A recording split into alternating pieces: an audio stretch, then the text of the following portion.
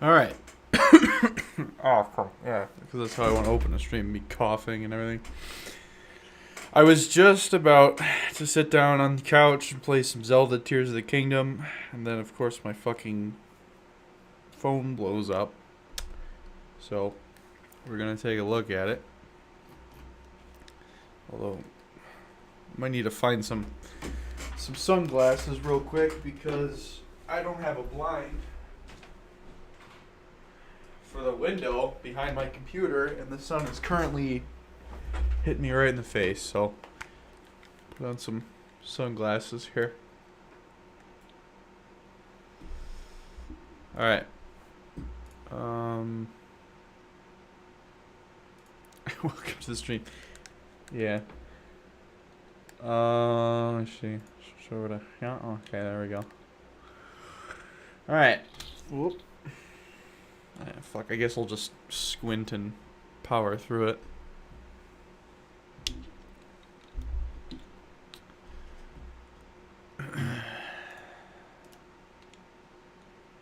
Let me pull up. I don't know why in OBS I can't pull up my chat window anymore. That's just like gone. Like I had like a separate chat window I could like keep in front of me, and now I don't know where it is. Oh, let me pop that up. There you go. Alright, Cheese, I guess you're in charge of timestamps again, but alright, I guess I'll just have to look over at the YouTube thing. Pop out chat. I guess that works for me. Sort of. No going off topic about feet this time. Yeah. This is super weird. I updated my OBS now. Like, I don't have... Oh. Aha! That's where I was hiding. Found it. Let me close that window. Alright. Otherwise, I gotta look on the YouTube screen and all the way over to the other side of my...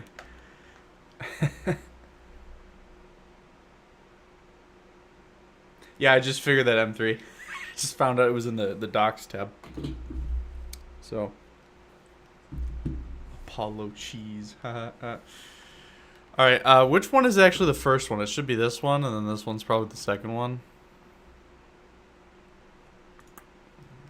I think it's this one. Do you guys just want me to, like, read through the whole thing? I know maybe some of you have already read it, but just... This is my first time reading it, so... If you guys don't mind... I'll just read through the whole shebang here.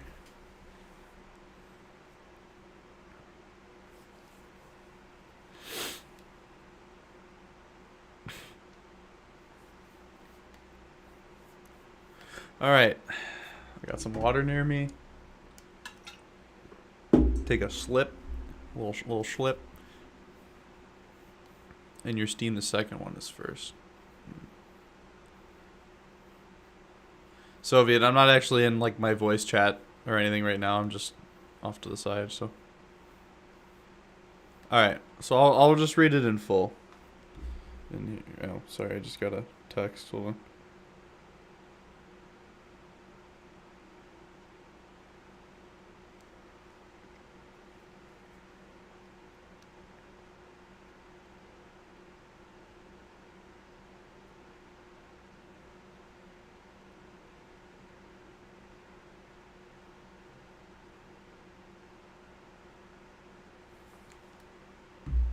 Alright.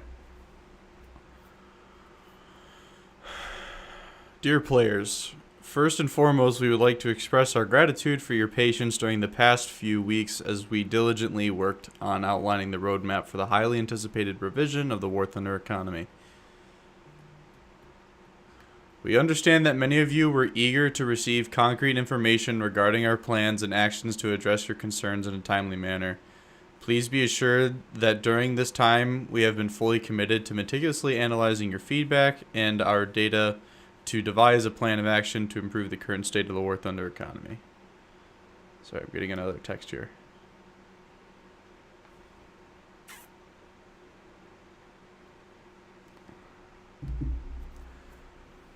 What did I just read? Okay.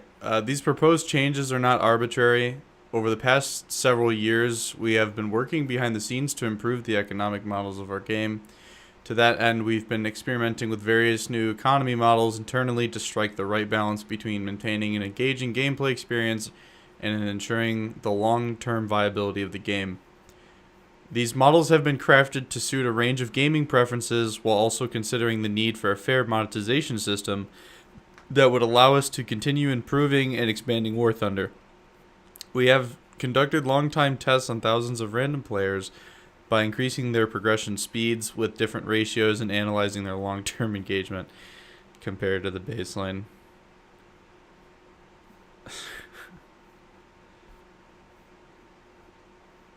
Oh, the roadmap one was the first one? I'm just going to keep reading this anyways. Yeah, the whole... Yeah. Oh, we've essentially been fucking with you and wasting your time for that.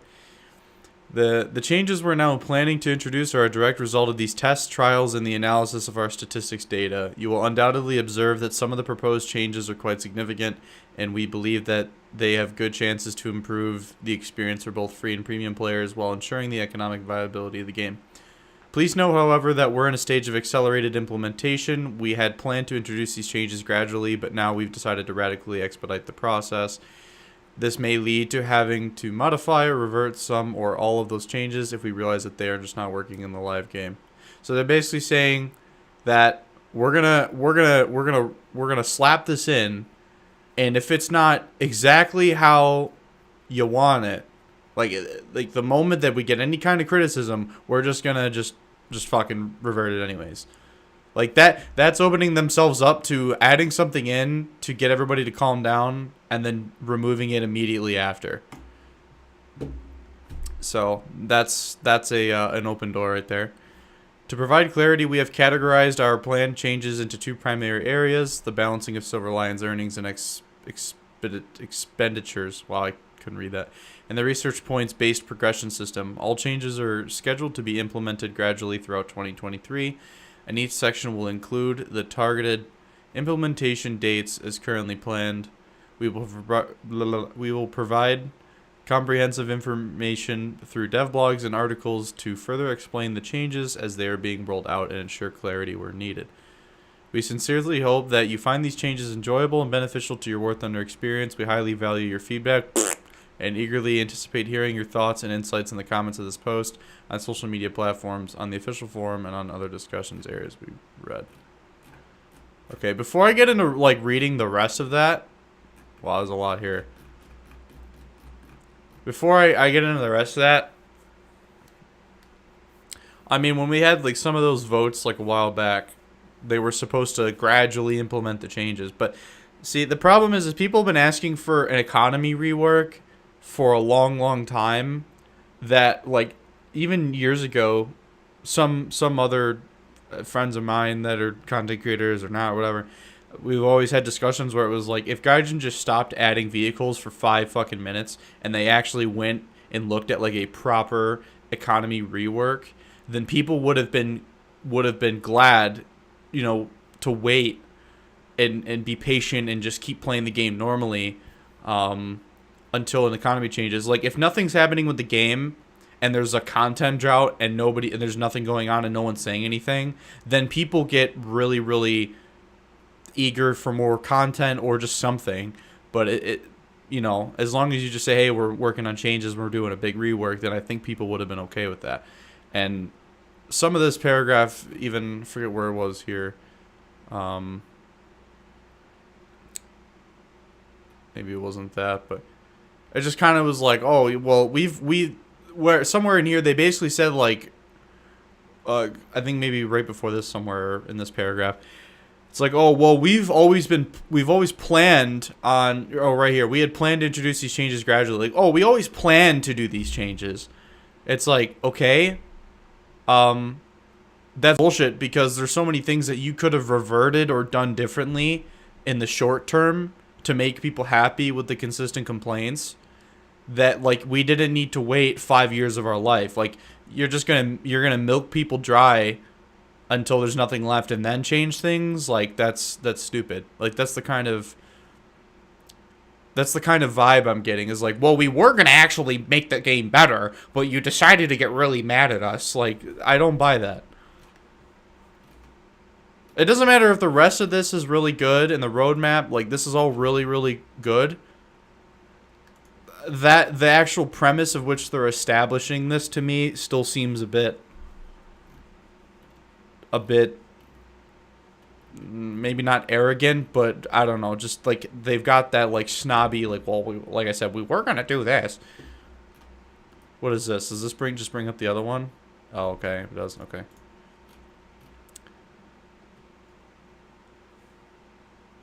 Either way, leading to pushback so they can take it all away. Changes to the Silver Lion economy, improving the balance of Silver Lions. A significant portion of the feedback we received was focused on the current balance of Silver Lions. Indeed, the general rules for balancing SL earnings have not undergone significant alterations in recent years. Meanwhile, the number, variety, and ranks of vehicles have steadily increased, and numerous additional opportunities to spend SL have emerged. Oh wow, thank you, Captain Obvious. You finally realized that? Consequently, the capabilities of players to earn SL can no longer reliably meet their demands, which unfortunately we did not address properly enough. Because all it took you was to open your fucking eyes and ears for 5 minutes. I mean, I'm glad that they're admitting that they're retarded, but still. Duh. It's like that. Where's that meme from with the guys going, wah, that, whatever that's from, like. That's what I'm thinking of right now. It's like, wow, you finally zoomed out and you looked retrospectively and were like, oh yeah, maybe we fucked up. But again, this is flying in the face of the fact that there was a massive uproar, right? That there was just this massive shit show over this fucking thing. That all of a sudden, they've now pulled their heads out of their ass? You know what I'm saying? Like, they're admitting they made a mistake. Sure, I understand, and I forgive them for that, in a way. But, did it really take a steam bombing? And whether it failed or not, I don't give a shit. Fucking player union or whatever. Let's just say this. Did it really have to take such a shit show for the effort that, you know, like Smin and Stona and all those people in the forums that work for them, voluntarily or otherwise, like all the work that these people have done over years for just sending shit to developers and the developers having to go through that? And it's like, there had to have been some sort of communication problem or arrogance problem. Like, it just, I don't believe suddenly that they're just sincere out of fucking nowhere. They're sincere because their game was boycotted. Or bombed, or you know what I mean, whatever. Like, their reputation was fucked over. So now they're sincere. Like, if I'm hanging out with a group of kids, right? You know, say like, you know, when you used to go outside and play with your friends in the summertime, right? And one of you're playing like fucking hide and seek or tag or something, whatever, and one of your friends beats the living shit out of you, right? And they're not sorry about it, and they don't give a fuck. And then their parents beat them, right? And then tell them to go to apologize. The kid's not apologizing. He's not sincere. He got his fucking ass kicked by his parents. He's not sincere at all. He's just saying sorry to make the other kid feel better. Because, you know, when you're kids, you might not think that, oh, that he's not being sincere. You might just, you know, in the moment. You know what I mean? It's like the player base and the steam bombings was the parents beating the shit out of the kid for beating the fuck out of the other kid. It's like, it's not sincere fully until that kid and they go on to hang out and the behavior changes. Like, it's, I still don't believe it's sincere. Maybe they pulled their head out of their ass a little bit, but I don't think it was an in good faith. I don't think it was an in good faith kind of realization. That's what I'm saying. Like, I'm sure people are going to be mad at me that, like, I'm still going hard on them, but I mean, they fucking deserve it. You should be critical and hard on them. They didn't just suddenly whip their head out of their fucking ass and go, "Oh, sorry." So, again, like, I've seen some, like, Discord snippets of some, like, random changes and stuff, which they look promising, but until those are implemented, people approve of them and they work, and then they stay in the game, and guys just go, "Oh, oopsie, it's not how we wanted to correct the economy," in air quotes, we'll remove it. Until that gets done, I don't give them a mile. I'll give them an inch, but I ain't giving them a fucking mile. Of course, the saying goes, "Give them an inch, they'll take a mile." But anyways, I don't even know if I read this now. I was just trying to make an important point. Or I think I read this right. Goals to increase the amount of SL earned per battle and reduce the SL cost required to repair. That's what we've been fucking saying! Oh my god! Oh my god. Holy shit. And maybe not even in, like, simple terms like that. Still, you do an awesome Goofy impersonation. Oh, I fucked the economy? I'll fucking do it again. Gaijin Entertainment, I'll fucking do it again. There you go, there's your Goofy impression. That's Gaijin right now. I'll fucking do it again.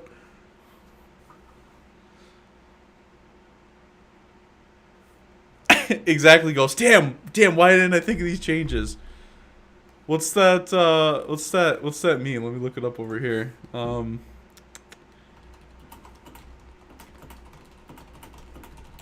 Where's the GIF? I'm trying to find it.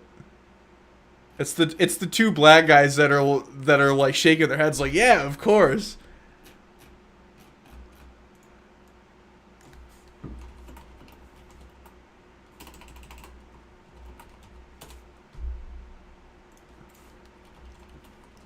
I'm trying to find the GIF. I just brought it over to the other screen because I don't know what kind of search results I'm gonna get. No, I can't find it. I think, was it Dre or something? Drake and Lil Yachty? Is that what it is?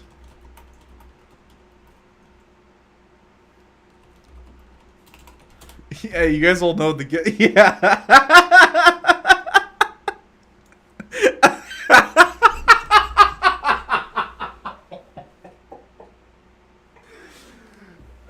I need to edit this. I need to, like, edit this GIF and then put the player base's face on them. They're just like, oh yeah, why did you think of that?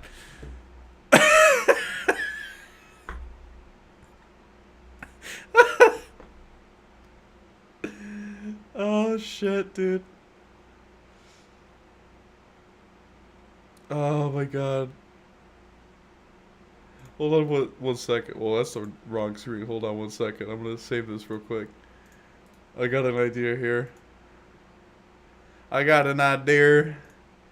Please tell me I can add this to the add image GIF.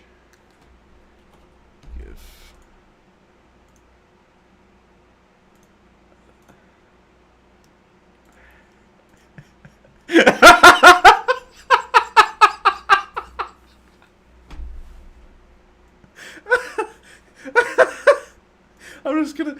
What corner do we want it in? What corner do we want it in? I'm just gonna. Please tell me, like, on your guys' end the GIF is actually working. I'll just leave it right here. Is it showing up on stream? Oh god, my actual preview so far behind. Yes.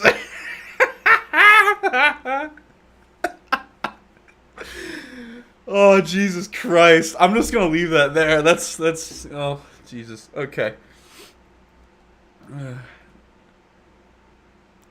All right, I'll keep reading. I'm sorry. I had to. Below the text chat. All right, yeah. All right, we'll put it right there. There we go. There we go. Why didn't we think of that? All right. This revision will lead to increased SL earnings across the board with a particular focus on medium to high rank vehicles. Our goal is to ensure that the average player at all ranks can maintain a positive or at least neutral SL balance even without an active premium account. So yeah,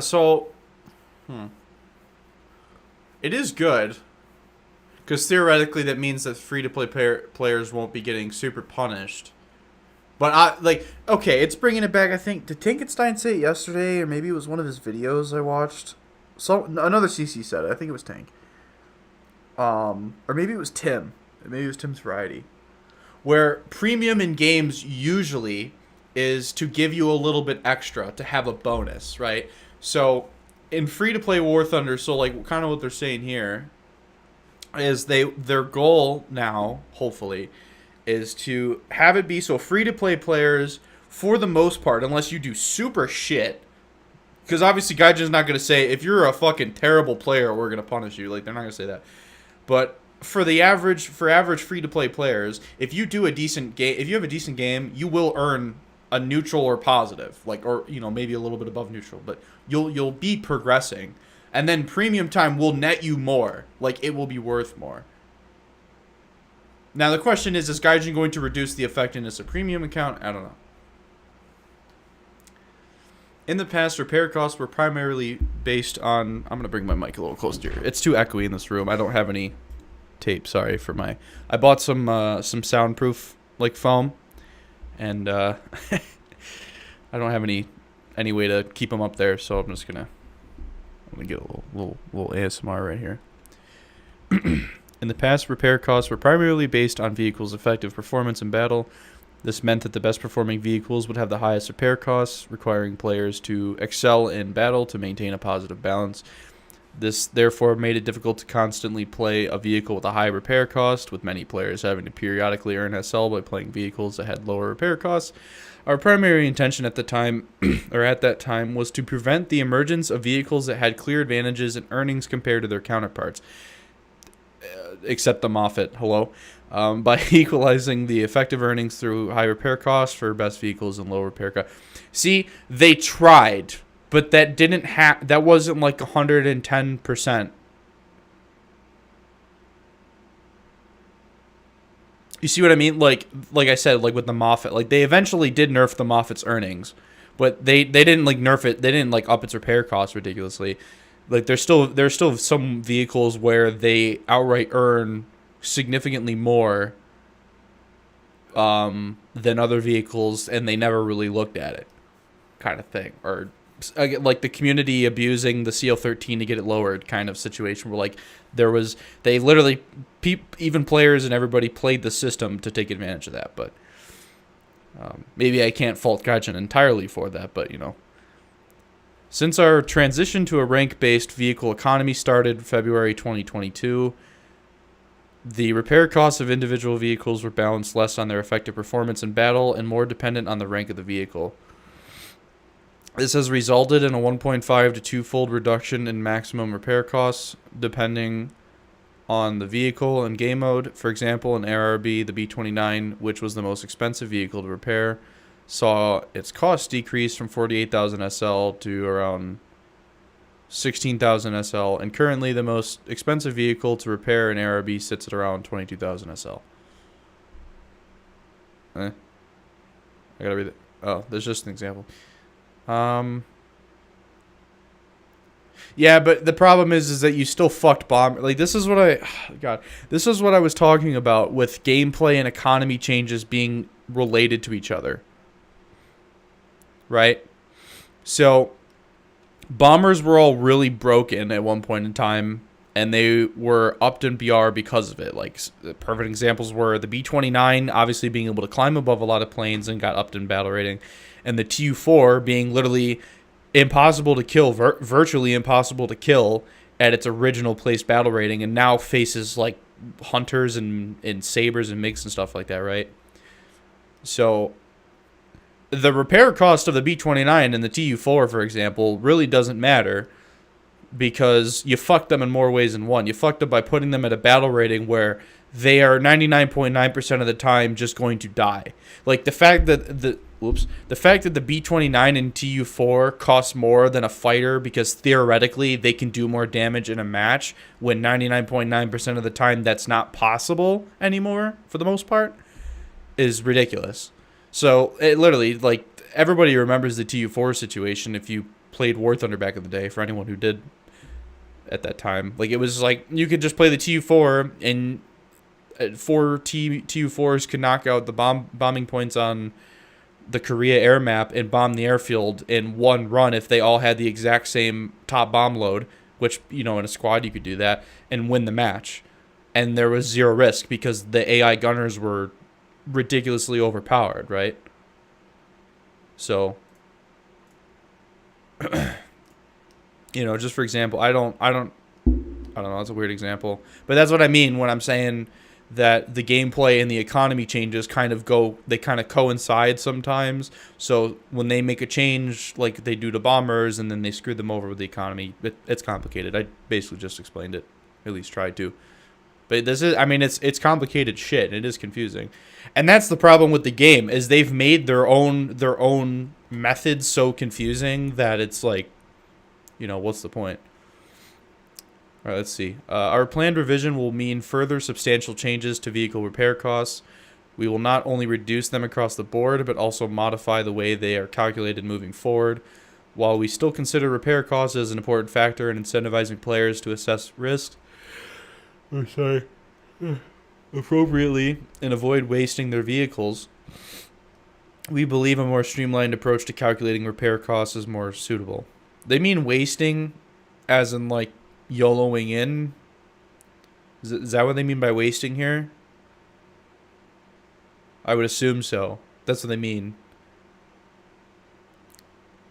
Yeah, appropriately avoid. It's because I yawned in the middle of that sentence. Why?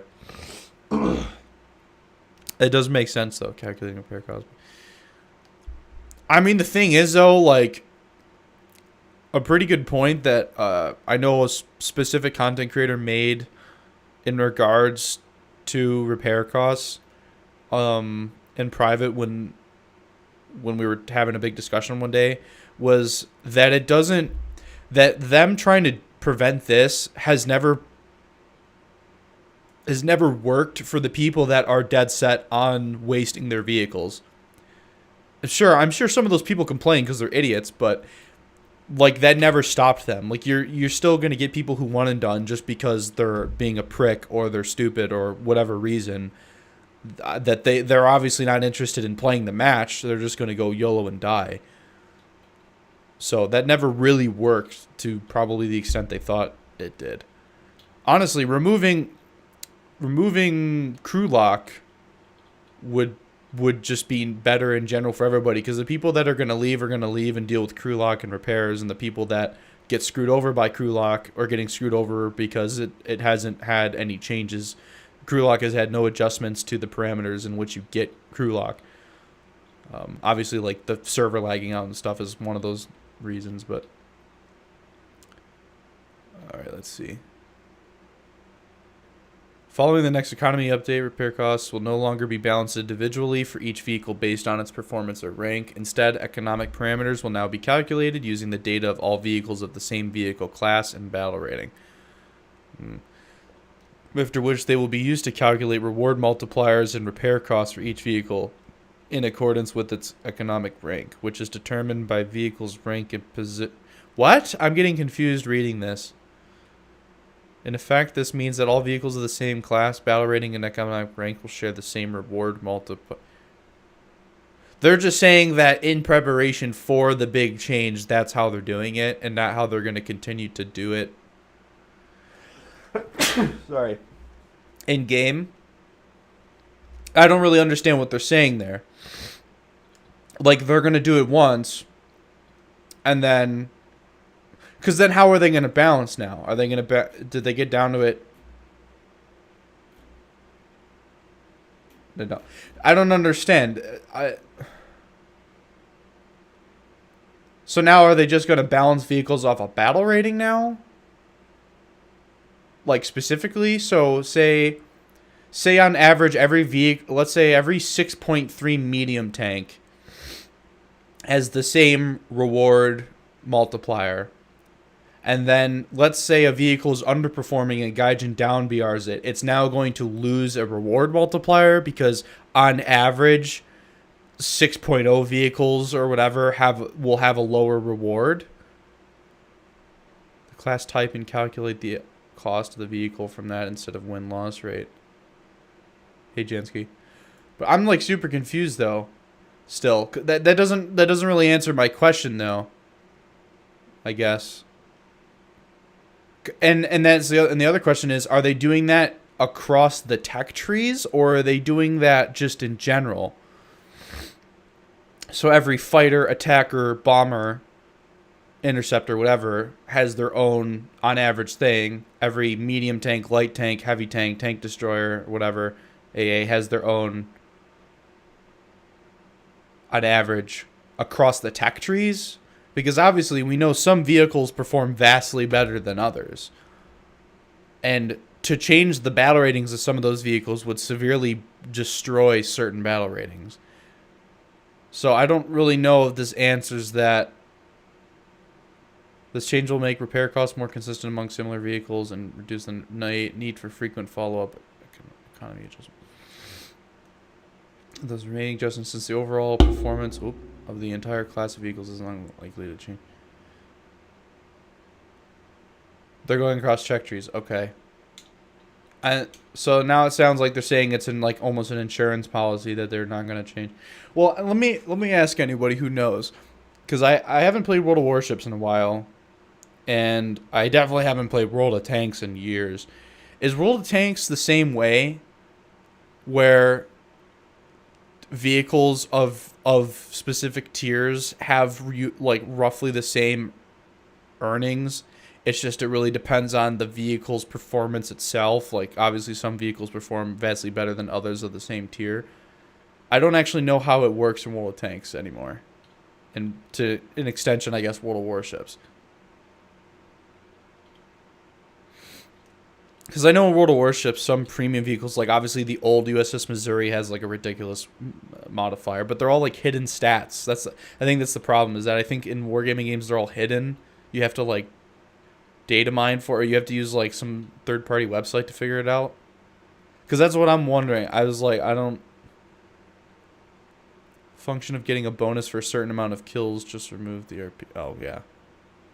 Okay, I'll get to that soon, but that's what I'm confused about. Like, I don't know if this is going to really account, because there's some so like everybody knows at this point that the Japanese Chaffee is still, I think, rank 3, while the other Chafees are rank 2 or something. So you're telling me theoretically, if Gaijin doesn't change the rank of the Japanese Chaffee, it's gonna, on average, in let's just say theoretically for calculations, it will earn more than to go plaid. Thanks for the sub. You'll earn more than the American Chaffee because of it. You see what I'm saying? There's a lot of loopholes and gaps they've got to fill. Wow, is this all about how well you play or how much damage you can do now? Yeah, so it's just the damage nets you the reward, but it's still based off of tier though, right? Because like if you do 400,000 damage in an Eerie at rank 1, hypothetically, and you do 400,000 damage at rank 10 with a Yamato, are you getting the same, theoretically getting around about the same earnings if you have no flags and modifiers applied? Because I think there's still a scaling thing, which I did see a snippet, I think it was in the roadmap somewhere, that there is some kind of scaling thing. Japanese M24 is rank 3 because no alternative game. Yeah, but still, it's what I'm saying though. Is theoretically that would get a higher reward than the American Chaffee because reasons. Well, they do say, no, I'm sorry, they say battle rating, so maybe I'm wrong. But maybe rank still has a little bit to do with it though, I think. Well, because they say economic rank. Alright, I'll keep reading, because maybe my question will get answered later. However, this new approach may lead to situations where certain individual vehicles are more effective at earning SL at a given battle rating than others. In such cases, we may use other methods, such as adjusting the vehicle's battle rating, modifying its technical and combat characteristics where possible, i.e., altering access to certain shell types or adjusting reload speeds, or applying general balancing factors to all vehicles in that class. To clarify, we will only be changing soft factors such as these and won't artificially alter any elements such as armor thickness or top speed. Whoops. That's a given.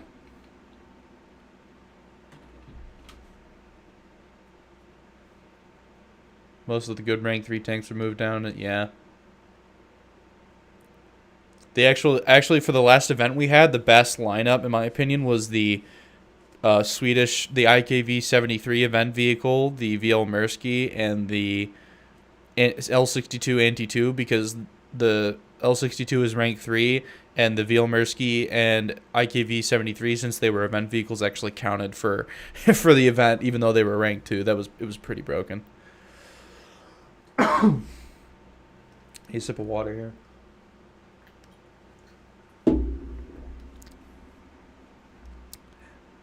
If that GIF in the below chat, by the way, gets annoying, just tell me. I'll turn it off. All right. It is important to mention that these upcoming changes are quite radical overall. Not all vehicles will experience significant alterations. For instance, the impact on helicopters and arcade battles will be limited, since these vehicles already have low repair costs and high earnings, and thus greatly maintain a positive SO balance on average. Do they, for anyone who's like kind of read through here, is there anything regarding helicopter PvE? Because helicopters, their dedicated grinding mode is still pretty shit. Because if it would be nice if they mentioned it. I think maybe now I'll finally put that suggestion forward that I had. However, there will be noticeable changes for higher ranked vehicles in general, particularly for less commonly played nations. Take the French Mars 15 and RB, for example.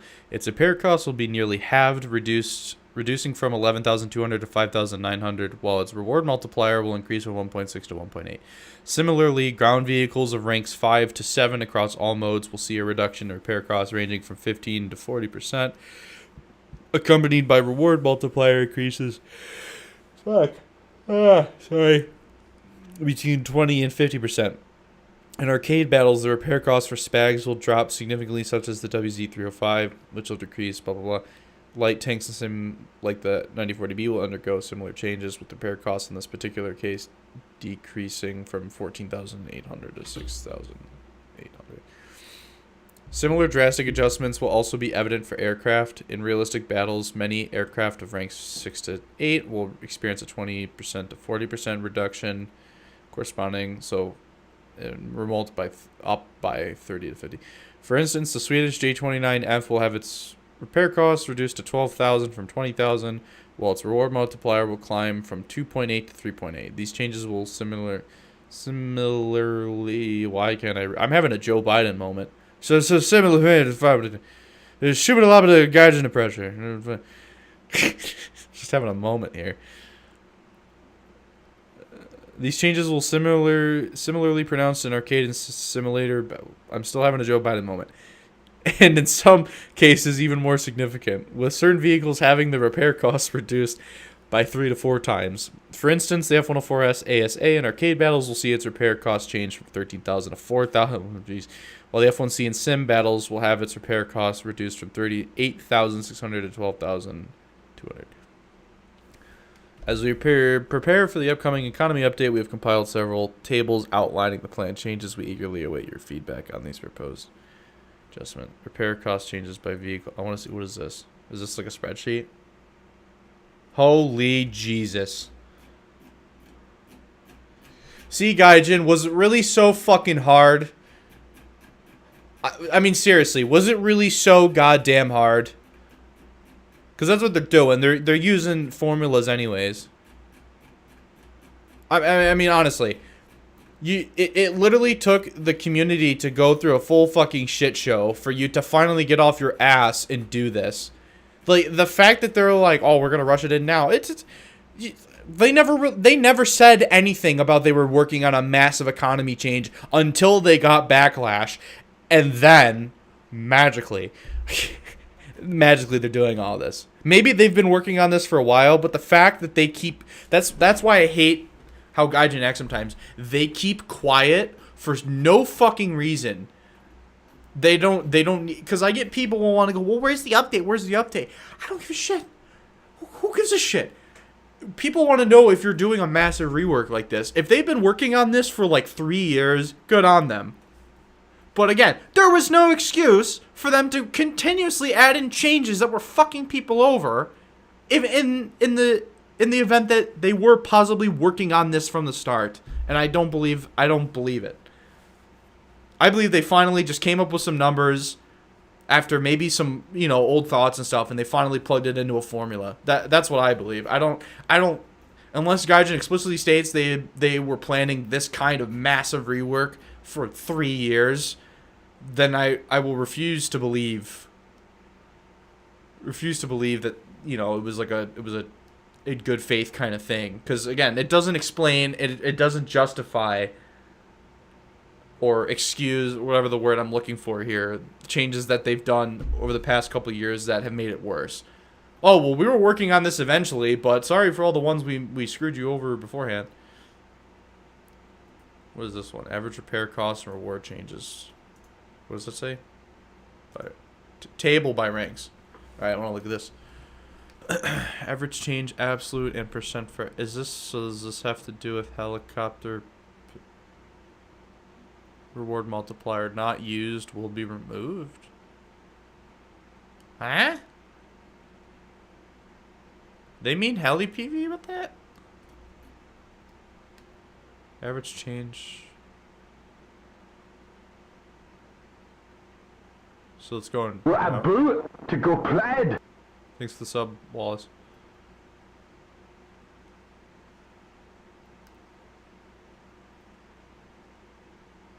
No way they already worked on that, so why would they actually implement all that? I just don't believe that they've been working on it for 1,000 years. And they haven't really explicitly said... They said we were planning on implementing these changes gradually. But, again, that's the problem. And that's what I've always talked about. And that's what I said earlier with even, like, some friends and stuff. I'm talking, like, years ago when we were talking about this. The fact that, like, Gaijin doesn't want to do a radical update that focuses on the economy and the community can be engaged about those changes is beyond me. Like, gradually adding... This is what I was saying. Like, when they gradually add changes... They fucking make things worse. Because something that, like, if their final image, the final idea that they want laid down isn't implemented at that time, and they're doing it gradually, obviously there's going to be problems because things that don't coincide with each other at the moment, or should coincide with each other, aren't there at the moment. So you're screwing up the economy because you don't want to do a radical change. Well, the game needed a radical change.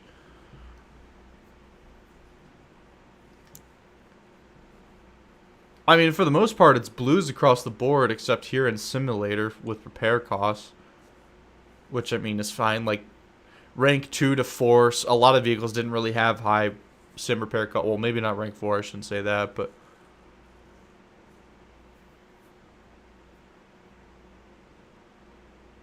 Hell, he's just going... Reward? Oh, so this is for EC. Reward for useful actions. Rank 6 is going up. Rank 5 is going... Huh?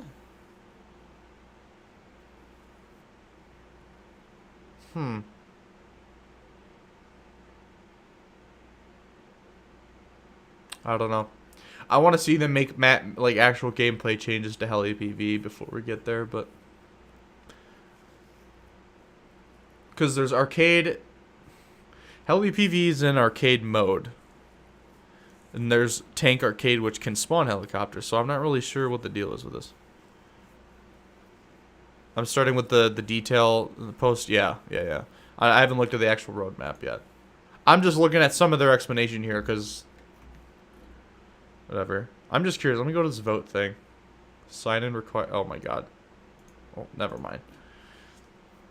All right, improving premium accounts, income insurance. While we aim to ensure that vehicles break even for the average player across all ranks regardless of having a premium account, it is important to consider scenarios where multiple vehicles are lost in a single battle without achieving any kills or any other contribution to the team's success. In such cases, it is highly probable that the expenses for repairs will outweigh the earnings even with a premium account. Wait, it is high... Huh? They're talking about... Huh? Well, that's the problem, Rogue, is that there's like 3 different modes with different rewards but that are under the arcade thing, so it's weird. Consequently, we have made the decision to enhance the... Are they saying like in the past or currently repairs outweighed earnings? I think that's what they're saying here. In such cases, it is high, or it is, whatever. I think they mean here, they mean presently, like right now. Consequently, we have made the decision to enhance the premium account feature in order to prevent players from accumulating a negative balance even after an exceptionally unsuccessful battle. If your total repair cost exceeds your income, you will be compensated after the battle, ensuring that your SL tally for the match remains at 0 unless you have been team killed. That's fair, I guess. I mean, how many times have you played a match where you get so unbelievably steamrolled, but it's not like you steamrolled in 1 or 2 deaths. It's like you just constantly were on the back foot from the start, but you tried to win the match and you lost SL because of it, or you only broke even. I just, it's so weird that they're suddenly making the game, I wouldn't say too easy. I think, so this is what I had a thought earlier, I didn't expand on it. Are they trying to bring the higher ranks up to speed? Because there's been a serious power creep, if you will, like that's maybe not the right term, for the economy as they've expanded the ranks. So they're trying to bring it in line, because we all know like tiers 1 to 3 or ranks 1 to 3 is like super easy to grind, even though there are a lot of vehicles in comparison to like once you kind of start hitting the wall in like late rank 4 then rank 5. So I think maybe they're just trying to bring with the rewards like they were talking about up here earlier. They're trying to bring them all into line with the earlier ranks. But then, like, right here, like, obviously they're saying, like you just said, Wallace, like, if you eat shit, you're not gonna... Even with a premium account, you'll still lose money, so they're making it so that with the premium account, you won't ever lose money. I guess that is what they're saying. Like, for premium specifically, you won't lose money. That, honestly, though, like, that's not even as bad pay-to-play as the game currently stands right now, where you are almost forced to buy premium to make something.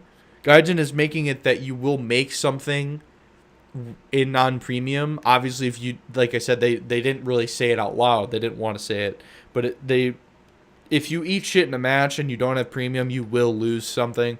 But they're making it that it should be at least achievable or reasonable to break even at the least. And then premium, you're getting the bonuses. So your premium... This is honestly, in a way, it's good because premium time is then worth more. Because remember, it's premium time. It's not like you can activate the premium after every match. You know what I mean? It's like it's constantly ticking. Even when you're not playing the game, you're losing premium time. So it is inherently making your premium time more valuable. Making the money you spend on the game worth more to you as a consumer, right? And then obviously for Gaijin, if you buy more premium, then they get more money. Like, it's a win-win. But again, duh. It's like, it's stupid. This amount of possible generous from Gaijin startles me. Yeah, it does. It does. Wolf, check the link. What link? My YouTube automatically blocks links, so I don't know if I even saw it. Or is it a Discord link? Oh, there's the GIF I was looking for. That's Soviet DM'd me. This is the one I was talking about earlier when I made the noise. Pwah! Yeah, that's what I was thinking of. Thank you, Soviet.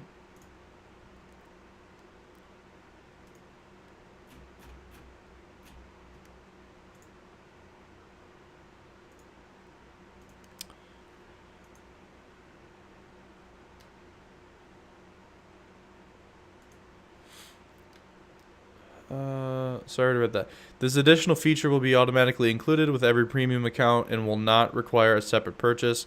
It will also apply to all currently active premium accounts without any additional action required. We plan to add this mechanic in one of the updates during the summer of 2023. I'm gonna take a break for just a second, real quick. I gotta check something on my phone. I have a doctor's appointment tomorrow, and I like haven't looked at anything on the app for it. Make sure what time it is, because I have a friend coming over tomorrow, so I want to know what time I actually have this doctor's appointment. It's been bothering me the whole time I've been reading. I have to do a fucking questionnaire. Oh my god. Are you suicidal? No, unless I play War Thunder.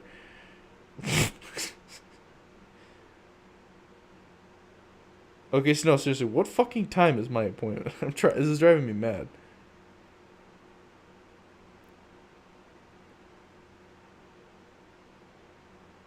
Wait, what? Okay, maybe I'll have to look at this later. I don't know when my fucking doctor's appointment is actually. I thought it was at like 3:30 tomorrow. I'm sorry, I'm taking a minute away from this because this is bothering me. Your appointment on... Oh, wait, what? Oh, whoops. Oh, I maybe made an oopsie. My appointment was on the 12th. I thought it was on the 14th. Uh-oh. Alright, now I need to text my friend.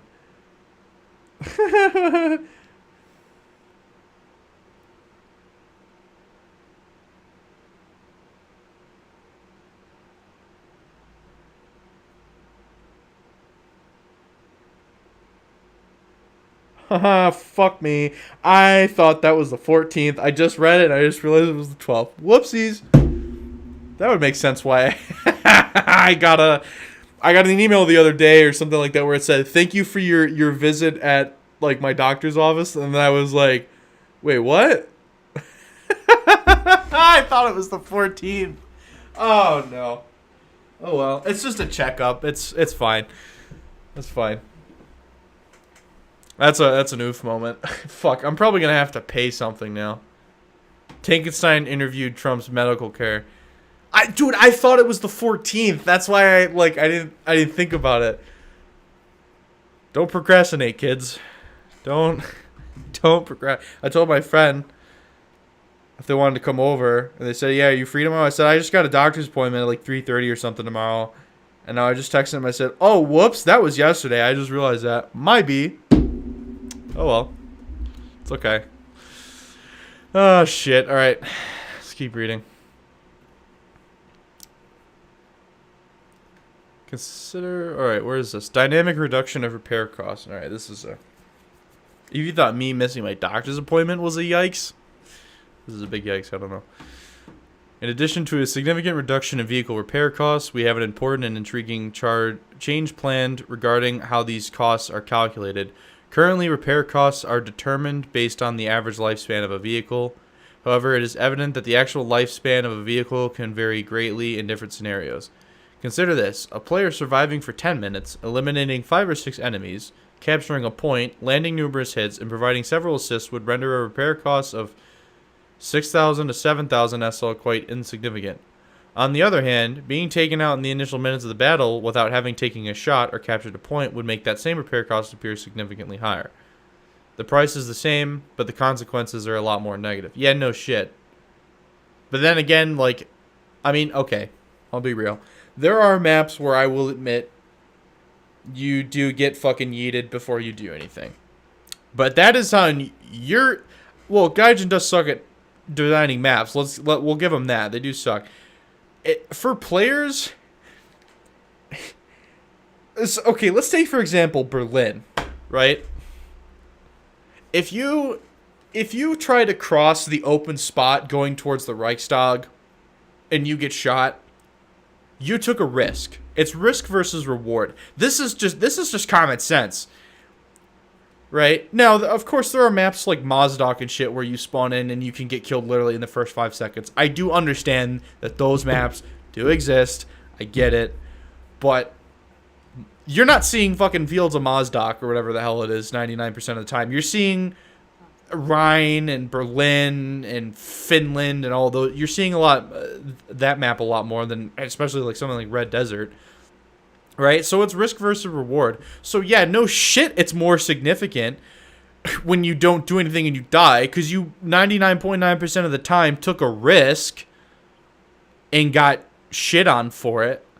Now, I'm not saying that, like, if you're playing on, say, Sweden, which is just a bad map in general, and you're driving around trying to find somebody, not to mention the sound design is terrible, so you can't even tell where people are anymore, and you get killed after doing nothing, yeah, of course, that hurts. And that's not necessarily your fault as a player. You're just playing the map normally because it's an urban map, right?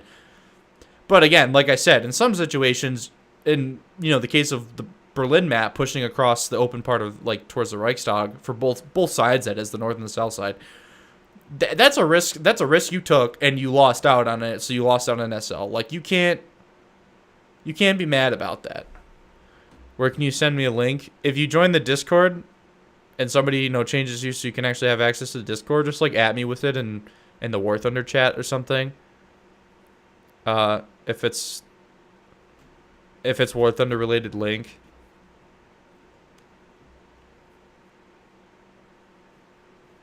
What is the link for?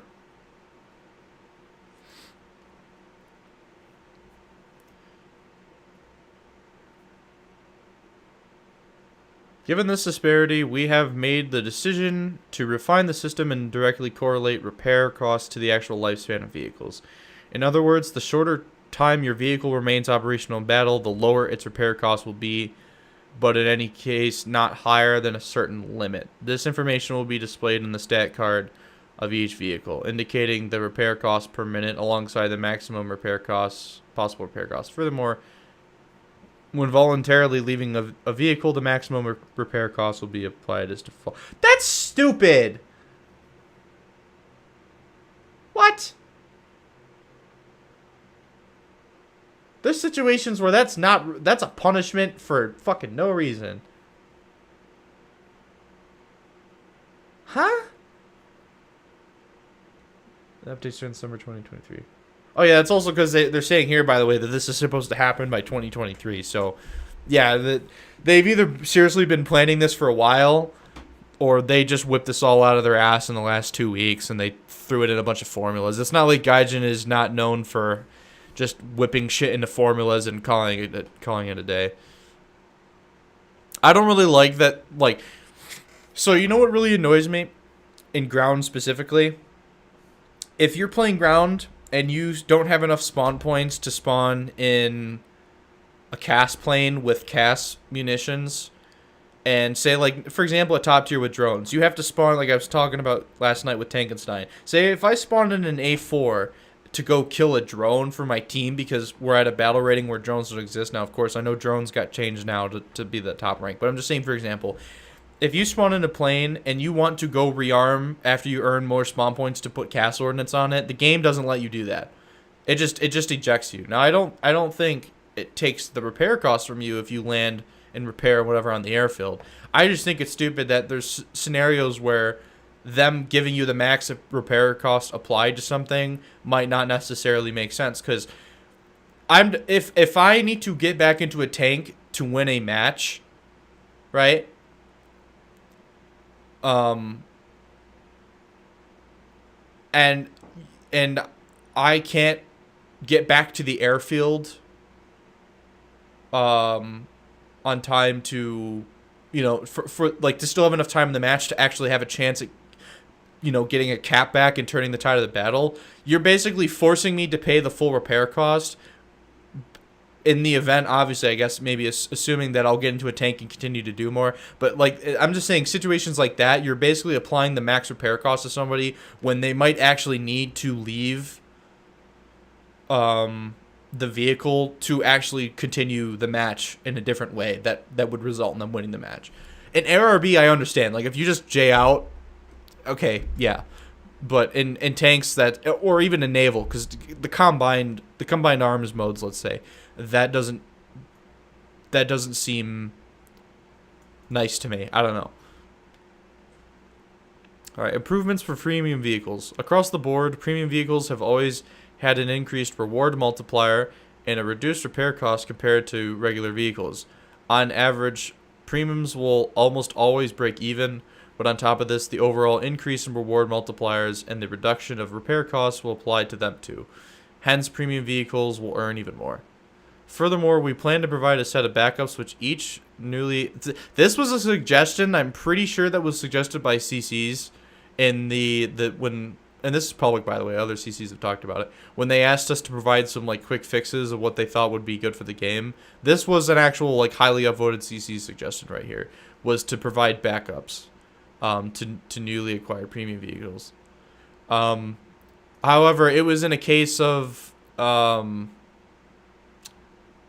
no, sorry. This is backup. This is a little bit different. But what we were saying was, if you don't own, let's say you bought the 2S38 and the terms, which are the same rank, I believe, and you don't actually have that rank unlocked, because you're basically playing those vehicles only and you don't actually have the tech tree unlocked, you should get like the 3x spawn. Like, you should get actual backups to spawn in, like not backups that are consumable like what they're talking about here, but just the actual spawns. Similar to like when the Israeli tech tree went into closed testing or whatever, and you had only the M51 and the Merkava, and you had 3 spawns each, that kind of thing.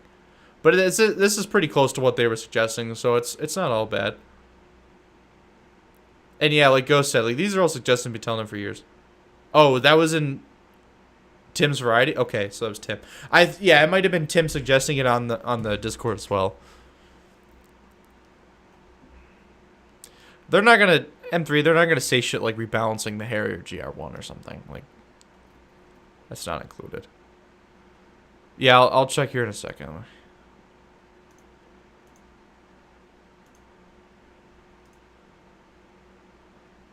Oh, that the update's coming tomorrow, according to some other forum. Yeah. Oh, jeez, that's perfect. I hope there's not audio to that, because my headset probably turned off. That's perfect, though. Hold on, let me turn my headset back on, because there's noise. Let me watch this. No, it's just a GIF. Perfect. Perfect, cheese. Thank you. Perfect.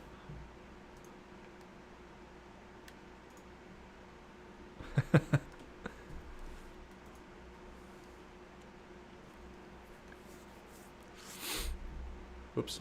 Hold on. Where am I here? I'm losing myself. Revising team kill penalties. Okay. Team killing has always been a continuous talking point of War Thunder, and we understand the frustration that comes with being intentionally damaged or destroyed by malicious teammates. Based on the feedback you've provided, we will implement several changes to address your concerns. That being said, we do believe that the concept of friendly fire, as in the accidental or irresponsible harm to allied players, has a place. And I mean, it does. Other games have it too. Because when you don't have the ability to team kill, then you just get pushed out into the line of fire. Cough, cough, the Orange Doom situation. That's a throwback for anybody. Post that to the subreddit for free internet brownie points. The Reddit probably already hates me now. I don't know. Firstly, we'll completely remove having to pay for repairs if your vehicle is destroyed by an ally, regardless of the reason that leads to your destruction. Yeah, why wasn't that a thing in the first place? Like, if you get team killed, why would you have to pay for that?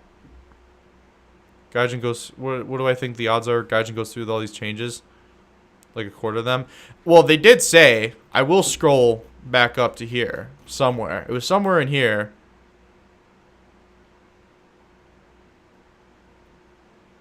They did say somewhere, like, it is radical, so they basically reserve the right to...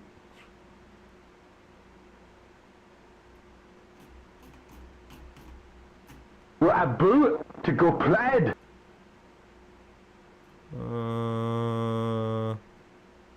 Right here.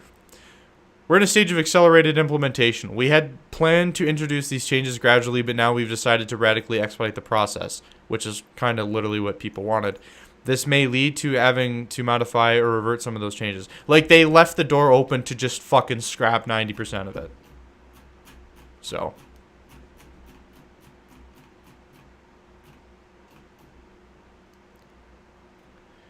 Additionally, we will add an apology mechanic. That should have been standard. That's been the apology or the forgiving TK mechanic has been in existence of competitive games that have friendly fire since like Battlefield. Didn't Battlefield have a forgive mechanic since Battlefield 1? 4? Did 4 have a forgive mechanic? No. I think it was built, no, maybe only on PC. Console, maybe not, but I think PC, like, the admins, like, you can place rules in. I don't know if console ever had it, but I think it's been a thing since Battlefield 4, pretty much.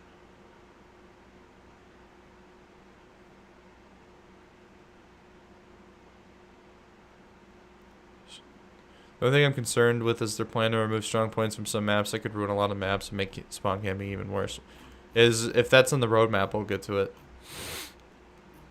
Maybe, like, skim some. This goes on for a little bit longer.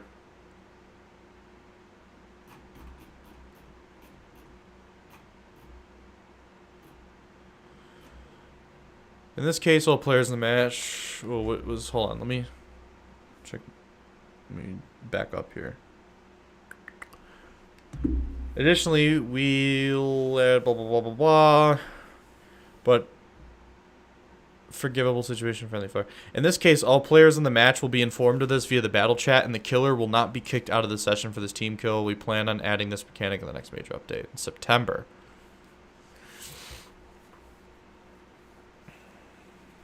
It was a server mod? Okay. So, but legitimately was built into Battlefield 1, correct? Red Orchestra had it in 2011? Okay, well, there you go.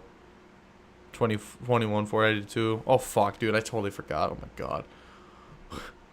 Yeah, like I said, like that's been a staple in games forever. Like, come on. To not have a mechanic like that for years, and that's come up multiple times. A forgive mechanic.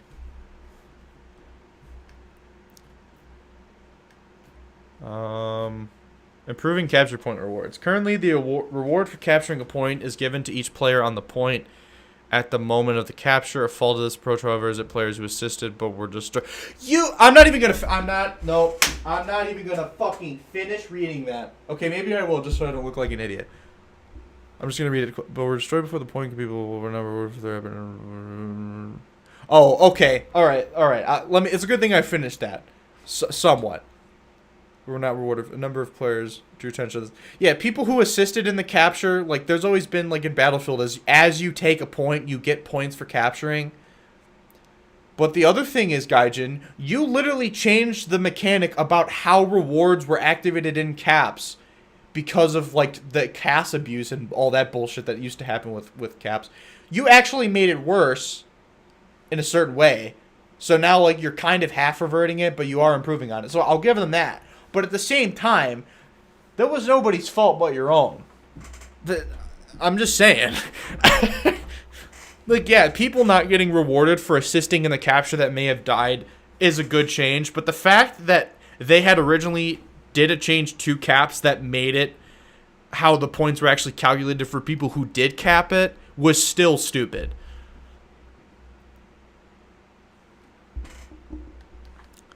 Capturing points at times can be fairly risky, so we hope this change will help incentivize. It's the only way you win a fucking match if you don't steamroll the enemy demons by capping. There's so many matches I've lost because people don't cap, and that's not because of this reason. It's because people don't cap in general because they're just stupid. How many fucking times have you played a conquest map and the conquest point is on, like, the south or the north or the east or the west side? It's not smack dab in the middle of the map. And, like, 70% of the team goes the other way of the cap. For example, Poland, right?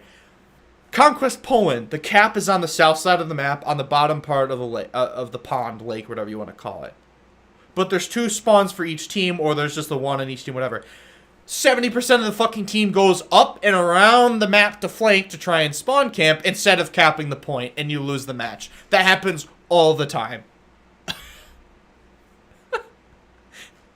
Like, it's just, I don't know. That's not Gaijin's fault. That's the player's fault. That's just player choice. But I'm just saying, like, I hope it incentivizes people to capture points more often, but people are very set on just rushing to spawn 90% of the time. More detailed Battlelog. Right, let's see. This counts as kill and... Yeah, that should have always... Yeah. The abandoned factory hive mine, everyone goes A even if the objective is C. Literally. That was a better example than the Poland one. After a battle, sometimes it can be difficult to work out exactly how your final SL and RP reward is be calculated. The total is, of course, dependent on your actions in battle. So for transparency and clarity, we have decided to make the post-battle results screen more detailed. It was pretty archaic since 2015, but came from this information, blah, blah, blah. We plan on adding blah, blah, blah, blah. They're just making a more detailed battle log. Simple. Because I want to get to the actual roadmap. Streamlining research trees and reducing the RP cost of foldered vehicles. Okay, this piques my interest. What about this one? Reducing the research and purchase costs of rank. Oh, wow. Okay, this really piques my interest. Okay. Alright. Players naturally appreciate foldered vehicles as they eliminate the need to research them in order to progress higher up the ranks in a specific research tree. From a slightly different perspective, fewer players tend to utilize these foldered vehicles, which has a detrimental effect on the variety of vehicles in battle and leaves many interesting machines underappreciated. Consequently, this situation gives rise to additional challenges such as distorted data on their effectiveness, making it more difficult to balance them properly. Considering the ongoing expansion of vehicles in War Thunder, some compromise is required. Fortunately, we believe we have found a solution. Oh, I fucking hope so. First and foremost, instead of reducing the number of foldered vehicles, our plan is to include more vehicles within folders.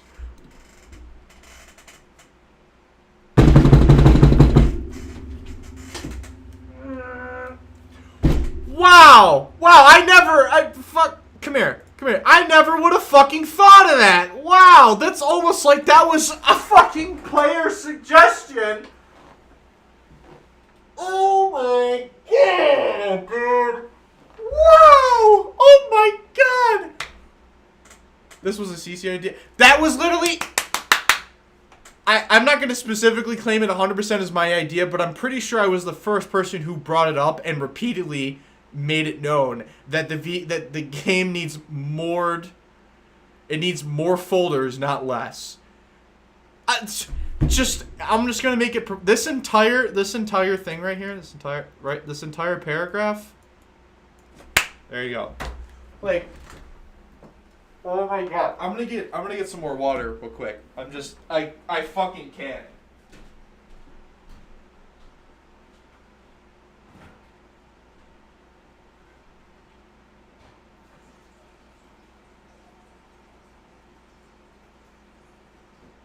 Christ, I should whip out the fucking alcohol. Honestly, I should just whip out the alcohol at this point. It makes one man drink. No fucking shit!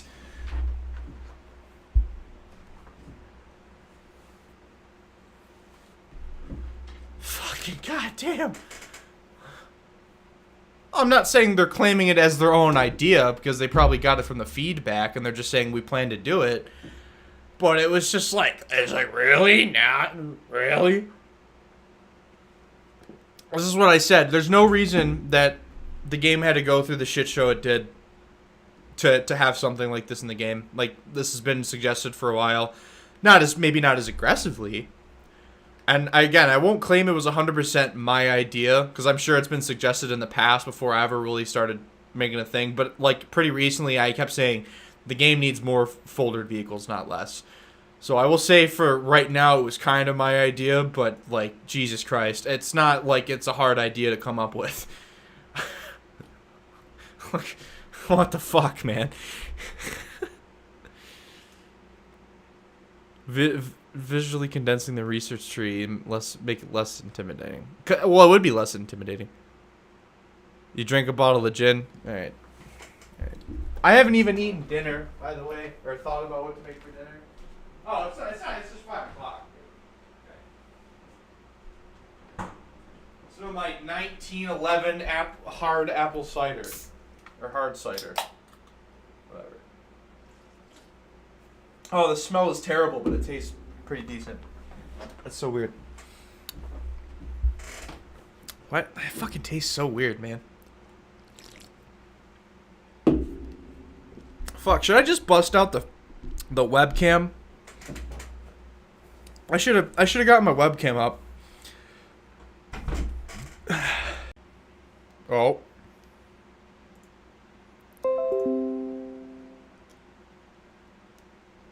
Am I back? Man, this Spectrum internet, man, is pretty sus. Did the stream just like die for a second?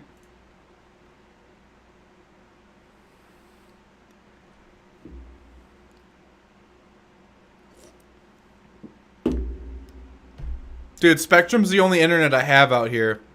Now that I moved out, my parents' house, I had FiOS. I had like their fiber optic cables.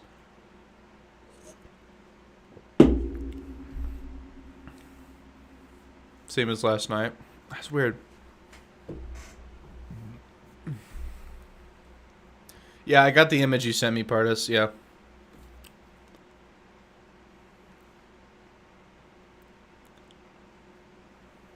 I'm thinking, honestly, in celebration, I'm thinking of just busting out the webcam now. Just fuck it. I look like shit right now, but let's see.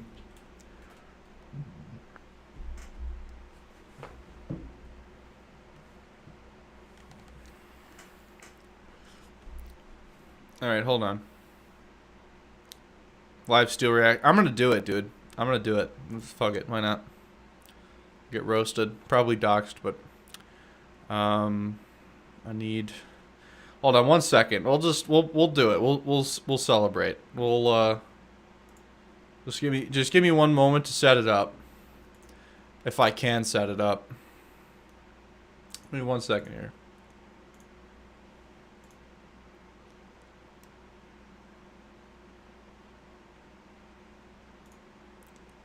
I think, did I have to have that open? Oh, Jesus Christ. From this angle, it makes me look like a big boy. God damn. I need a better placement for this camera. Fuck.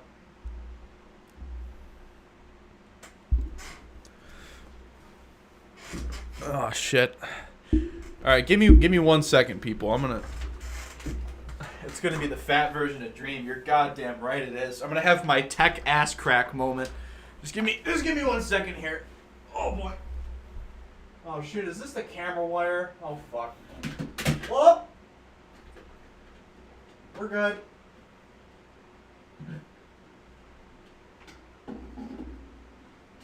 I had this fucking cord set up so I could actually just have my eye tracking set up, but oh, wire management midstream, boys.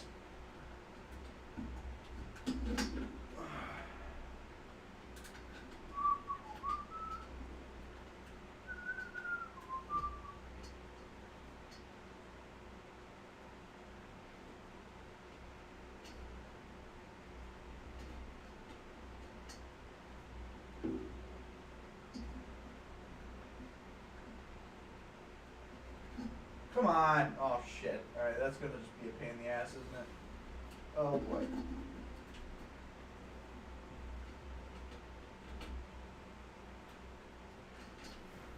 Oh, this is going to be such a pain in the ass.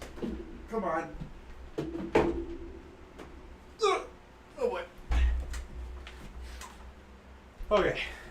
Give me 5 more seconds. I can... Camera set up.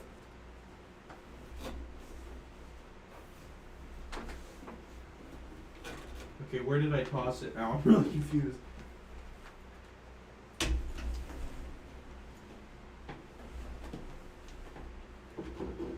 Ah, there you are. Okay.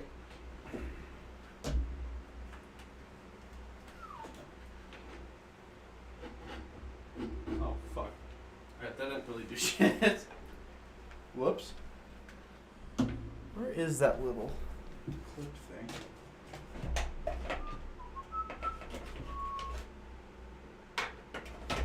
I don't know where that went. Oh well.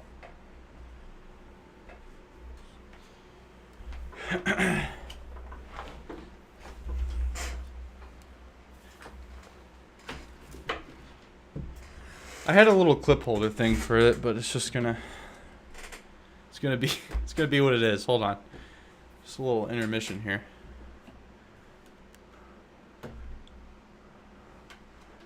I want it over. Come on.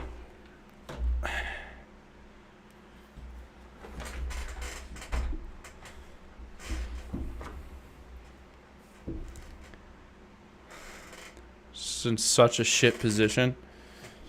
I can't really put this anywhere where I like it, to be honest.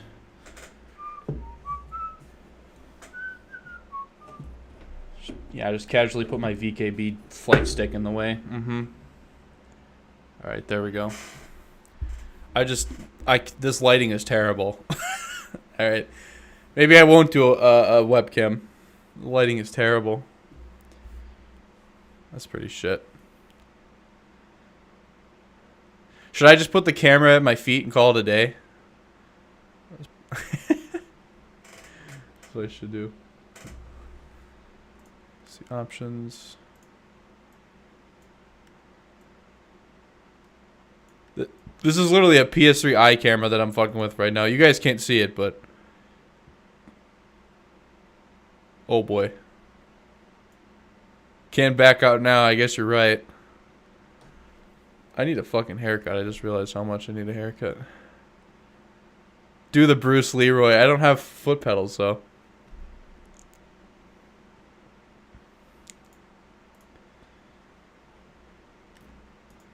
Alright, hold on. Add. Do not be a War Thunder feet streamer. Oh, shit. Display capture? To go plaid. Video capture device? No, that's wrong. Remove. Yes. Add. Alright, here we go. Display capture. No, that's wrong. Why am I fucking this up so badly? I had 2 sips of cider and now I'm acting retarded. Where's the... I need the... Wow, window capture. There we go. Aha! There we are. Perfect. This is dog shit. It's literally a camera I use for my head tracking. Watch. See? So I usually have it in a weird spot. So... I wanted up higher. VTuber. There we are. Where is it? Just gonna put it up. See a Wiimote icon on your taskbar? Because for like older games. Show feet? No, I'm not gonna show you my feet. It's fucking weird. Oh my god, it's stream. Yeah. Hair's all fucked up. Oh shit. Yeah, the coloration of the webcam's like super bad. So, there we go. I need to get a pair of cowboy boots now, so I can be like Bruce. Steel and tech. I gotta do it. I gotta do the ass crack walk away. I'm not gonna do that. I do need something to put that camera up higher though. It's kind of pissing me off where it's at. And I don't know what I did with the little... Oh, there it is. Yeah, because it's literally... Whoops. It's not an elevator door, it's a closet. Alright. Can I... Please... Stay up on top of that, please. Don't fall. No, that's not happening.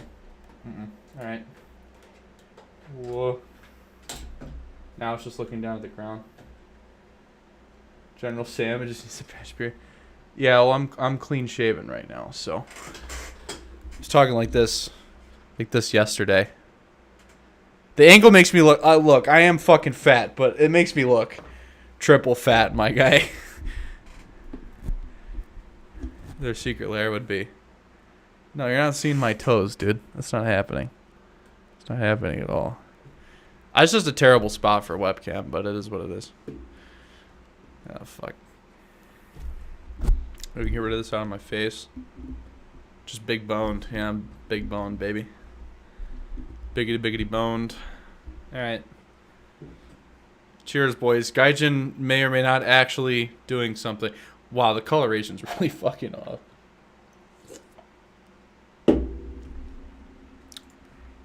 Can I actually just change?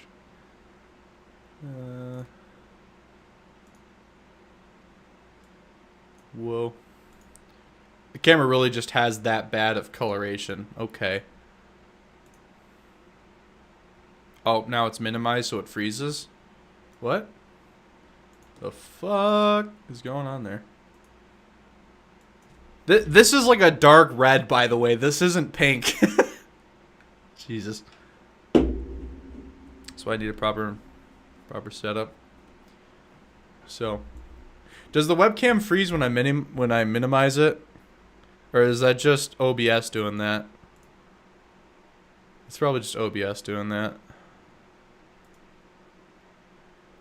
Cause I bet if I bet if I tabbed in a game or something, like it would actually has no filters, so it always looks shit. Oh, it does freeze. That's really stupid, because like if I tabbed in a warthunder. Huh. Okay. Steel ASMR when? Why am I using an AIM 9 seeker? Wah! There you go. Whoa, jack face.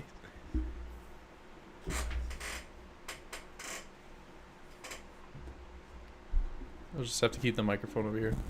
Russian bus cameras. Alright. Keep reading now. Jeez, I'm sorry for the timestamps, by the way. This is gonna suck for you. Alright. Where were we? Fuck. Okay, I think we already got past all that, right? Put a Bandicam. Yeah, you get the 2000s music and the Fraps watermark as well. All right, let's see. So can we start celebrating, or should we still keep watching with all the caution? Yeah. All right. While our goal is to compact research trees, the issue of high research costs for aircraft in ranks 6 and 7 is a topic that is frequently discussed and has been closely monitored by our team for some time. Initially, we intended to address the progression of ranks 6 to 7 for both aircraft and ground vehicles simultaneously. Once rank 8 ground vehicles were introduced, however, we decided to separate these events and prioritize reducing the research cost. Well, I have to read that again, sorry. Issue of high research costs for aircraft in ranks 6 and 7 is a topic that is frequently discussed. Why not 8? What? Well, 8. Wait, what? 8. There's no rank 8 for aircraft, right?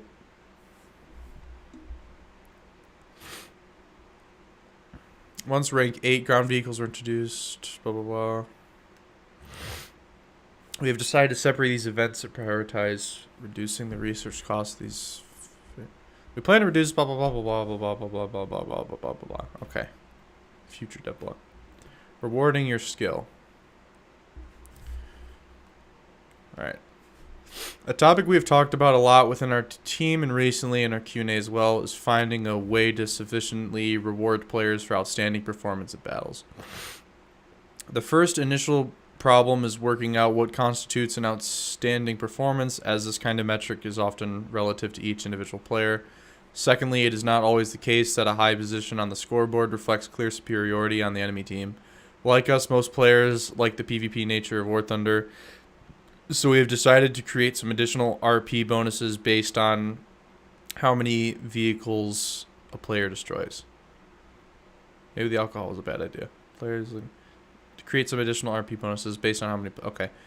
The size of the bonus and the number of kills required to earn it will depend on the game mode and the rank of the vehicles used. We'll tell you all about the specifics once the mechanic is introduced in the game.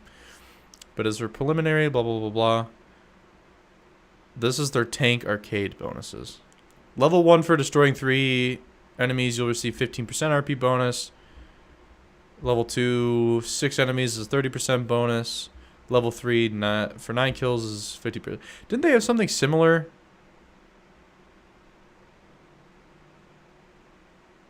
They had something similar, right? Oh wow, I really did gain some fucking weight. My face is all pudgy again. Goddamn. I swear Gaijin had something similar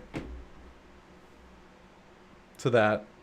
They had, well, maybe it was for events or something. Right? I swear there used to be like a bonus similarly structured. Oh shit, I hope YouTube... This is not alcohol YouTube, I swear to God. Like when gun tubers are like, it's not a it's a 29 round magazine, not 30 round YouTube.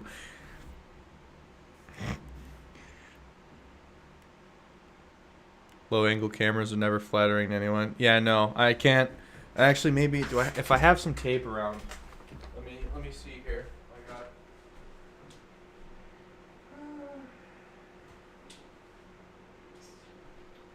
I think I have tape somewhere. Maybe I don't. Ah, well, I do. Okay. This is gonna be funny. Hold on. This is my tape. Alright, hold on. Pick you up a little bit. Ozo.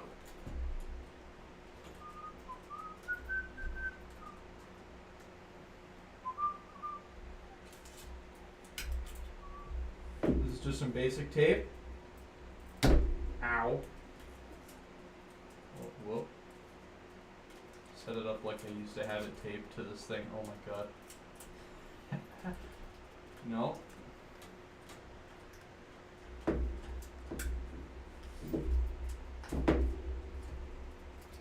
I just totally railroaded the stream. I'm getting distracted.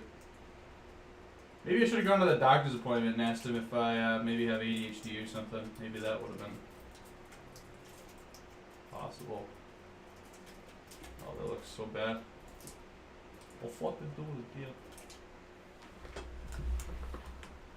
Alright,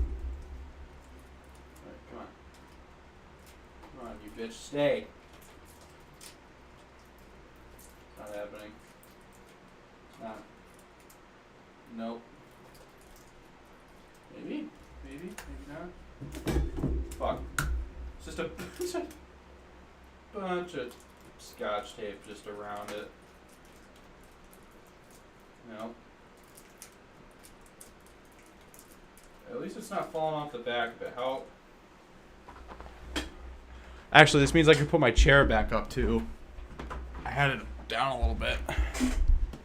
Oh, there we go. That works. I just look like I got some like fuckboy haircut. It's terrible.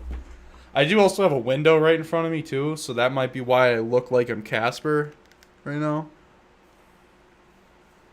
So, oh yeah, peep all the old whoop, shit on the walls I put back there. Bunch of goofy stuff I got. And the big ass knife. I think I can. Aha! That's what I want. Alright, we're good. I have a blind that I ordered that I gotta go pick up for this window, so maybe we can fix this eventually. Nice Funko Pops. What do you mean Funko Pops? That's an A10 lamp. Back there.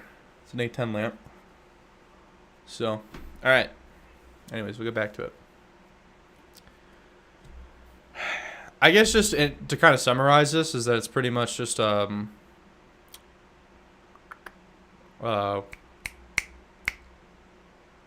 am A10. You're scared we have a tech moment? No. I pull up when I stand up, alright? I pull up my pants. I just hate how I look like pasty white right now, but it's just because of the light coming through. That's kind of pissing me off, but until it gets darker out, it is what it is. So yeah, basically, anyways, getting back to it, this mechanic is just a reward bonus for doing well. It's kind of replaces, like, it almost replaces the bonuses, like the boosters, so it's not a bad idea. So, alright, bonuses for researching new in-game nations. What? Alright, currently Warthunder features 10 playable nations, and we have no intentions of stopping there.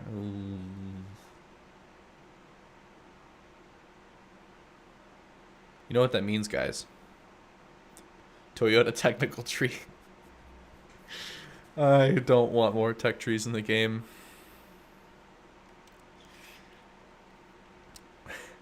However, as we introduce new nations, it becomes increasingly challenging to capture the attention of veteran players. They have already traversed the ranks multiple times, and therefore each new journey through a different tree becomes less captivating. Israel grind in a nutshell. To address this, we plan on implementing a system to alleviate the situation. If a player has a top vehicle and a vehicle branch within one nation, they will receive RP bonus when researching the equivalent branch of other nations. What? I gotta read that again. If a player has a top vehicle and a vehicle branch within it, why don't they just say? If a player, I'm gonna say it this way: if a player has a rank 7 vehicle, a rank 7 tank, and rank 7 U.S. tanks, they will receive an RP bonus when researching the equivalent rank 7 tank of another nation. There we go. We figured it out.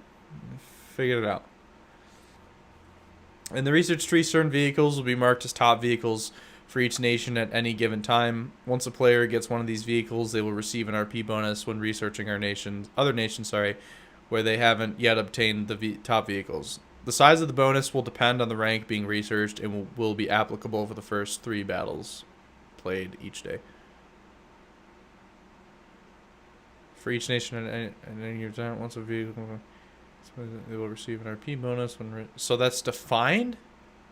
That's predefined vehicles?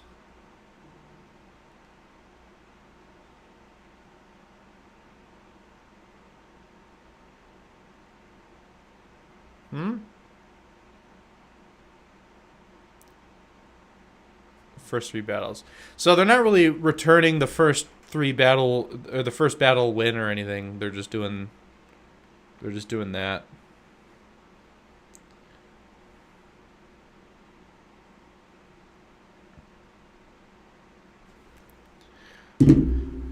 Oh fuck. Okay. The preliminary bonus for each rank will be 15% for rank 4, 25 for rank 5, 35 for rank 6, 7 and 8 plus 50. Of course, they make those 2. These are initial plans, but we may adjust them by the time the new mechanics have been introduced. We plan to add these bonuses in a future major update planned for October, November 2023. As previously mentioned in the changes, blah, blah, blah, blah, blah, section incorporated additional, whatever. Okay, so here's the thing.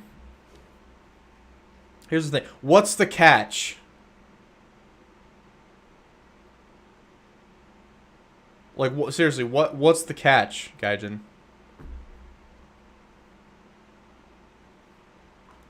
Like, I'm not joking. Like, what's the catch here? Because either they're bringing this all in line, or when they add, like, repair costs or whatever, they redo the repair costs, they're just going to, like, it's just going to, like, kind of reset everything. Like, this seems like way too many net positives. Like, even I wasn't expecting this many net positives, right? So that's what I'm saying. Like, what's the catch here? There's always a catch. If they genuinely do add all this and they think it's totally fine, and then that's one thing. But then again, they said all the way up at the top, they were like, if these changes are, we're implementing them really radically, so you know, we have the ability to revert these changes whenever possible. So they're going to be like, oh, okay, so it's too easy for players, and we want to correct the economy again. We want to correct the economy, so we're gonna revert the changes again. Like, is anyone else feeling that way? Like, seriously, that's pretty sus, bro. That's pretty sus.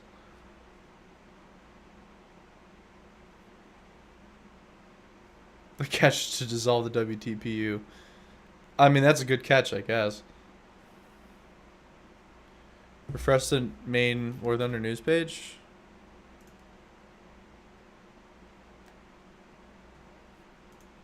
There ain't nothing there.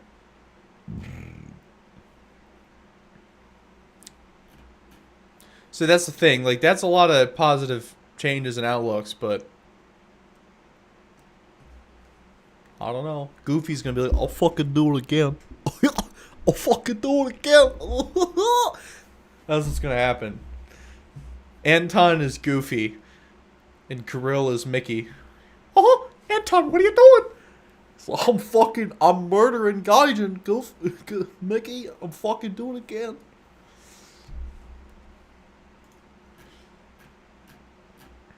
Holy mother of God. Okay.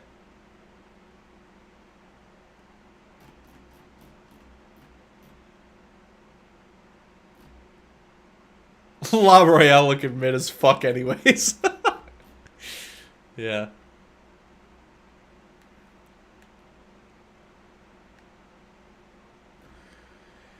Alright.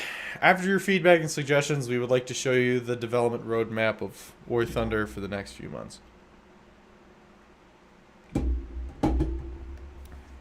These are not all the changes and suggestions that we would like to introduce to the game according to your wishes and comments. But as it seems to us, the main ones we will not be able to do more in the what? Sorry, let me reread this. These are not all the changes and suggestions that we would like to introduce to the game according to your wishes and comments, but as it seems to us, the main ones we will not be able to do more in the near future.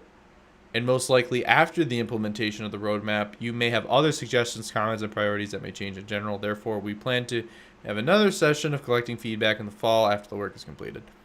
This is a really large roadmap, and we probably won't be able to complete some points in time. Besides the proposed changes being significant, this is the most essential change to the game's economy in 9 years. Additionally, it is being rolled out at a radically expedited pace in light of the current circumstances. I wouldn't say this is radically expedited. I would say that this is fucking necessary. No risks, Gaijin? No risks? Idiots. Therefore, please perceive this roadmap as an experimental and exploratory... Wait, I'm going to read the first sentence. Besides the proposed... It's the most essential change to the game's economy in 9 years.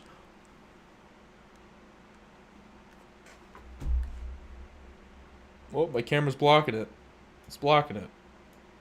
Whoa. I didn't know when I moved the window it's going to fuck with me like that. Okay. Okay, let's bring that back up. Oh, I just noticed it says PS3 eye camera at the bottom. Yeah, that's whatever.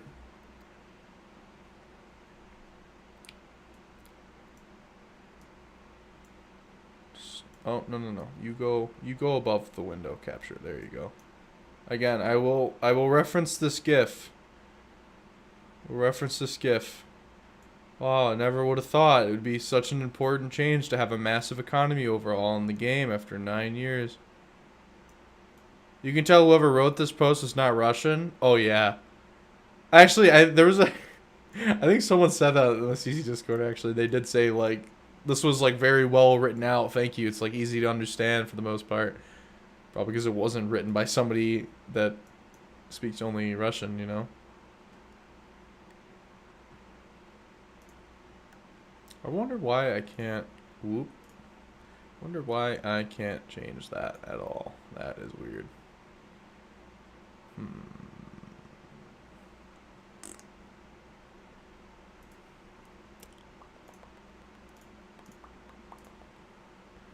I just want audio input, color, display capture, image. Media source? No, that's not what I want.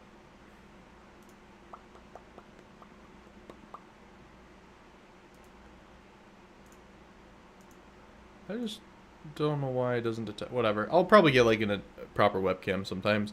I just decided, fuck it. I guess I'll just do a face reveal on this random ass stream because why not? Like, who gives a shit? All of my friends that are on Discord, every time I have like my camera on, they're already clipping me and making memes about me. So whatever. All right. So I guess, is this like a short summary of the other stuff I read, or what's going on? Oh, no, this is a little different. Okay. Changes to Silver Lion's mechanic. Improve the balance of Silver Lion's SL, increasing the reward multiplier and reducing the cost of repairing vehicles to make all vehicles break even for the average player, including without a premium account. Well, so the proposal that we made that we sent in, which Sminit only just got it, supposedly because he was on vacation. Apparently, it was sent to him, from what I understand. Oh, is this the detailed breakdown? So maybe Gaijin, at this point, I mean, what does it matter? I guess it's all for, not really all for nothing, but I guess is better. Cause so what the main proposal, like the first, literally the first thing on the proposal that we came up with was remove time-based rewards, which Gaijin clearly in this isn't getting rid of because of the whole, you know, the thing with the longer you stay in the match, your repair cost, total repair cost goes up to a max limit, and then some of the other things with rewards multiplier. It's basically still like kind of time based. But I guess as long as they're giving you more rewards, and you know, what does it matter? Update. Oh, and they're showing this is like when the update's coming in. Okay, I understand. So, well, it's not, a roadmap was never fucking hard with this game, and they just did it right now. And like, just from already, it looks pretty good. So, from tanking shots come back. Yeah, that did kind of like screw over heavy tanks. And honestly, that did like kind of screw over heavy tanks. Maybe they'll. There could be something in the future they might consider again. Who knows? I'm just saying that now all of a sudden Gaijin's taking their head out of their ass, and they're like, oh, everybody wants changes? Okay, I don't know where this came from. I'm just retarded. I don't know. Like, I don't know. Anyways, calculation of the economic parameters of each vehicle from average indicators instead of vehicle statistics. For all vehicles of the same type and one battle rating, the average statistical indicators will be calculated, after which they will be used to calculate rewards and repair costs for each vehicle in accordance with its economic rank, and position in the rank. So, the earliest change that they're doing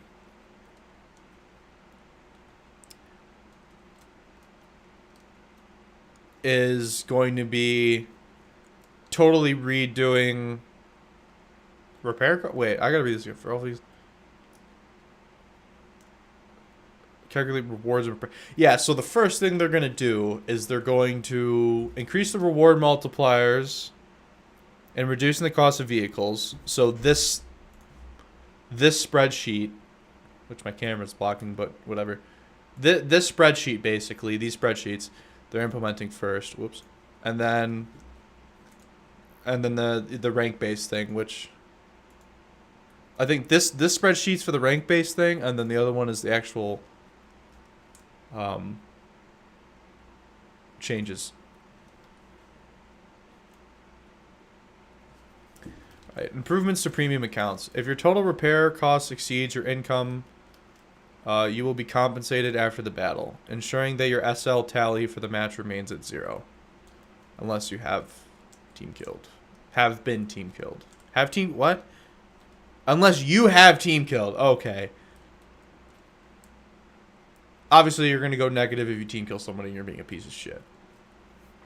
I can see an actual map. Oh. So should I just go over the map instead of all the other shit up top, or? Cause is it like it's basically the same thing?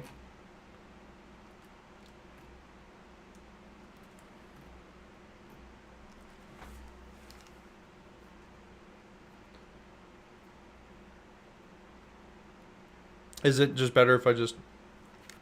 Okay.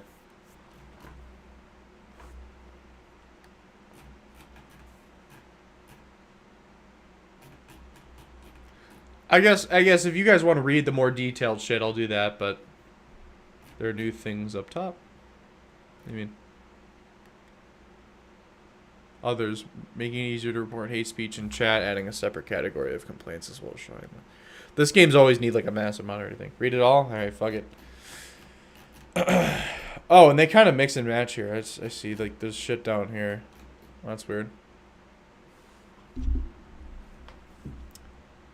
I'm kind of slouching in my chair. This is pissing me off. Alright. Alright, let's see.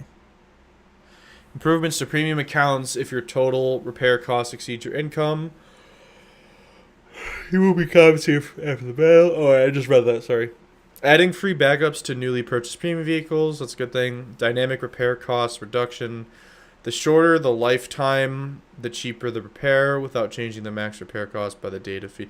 Ah, fuck. You know what I'm just thinking of now? You know how they said they didn't want...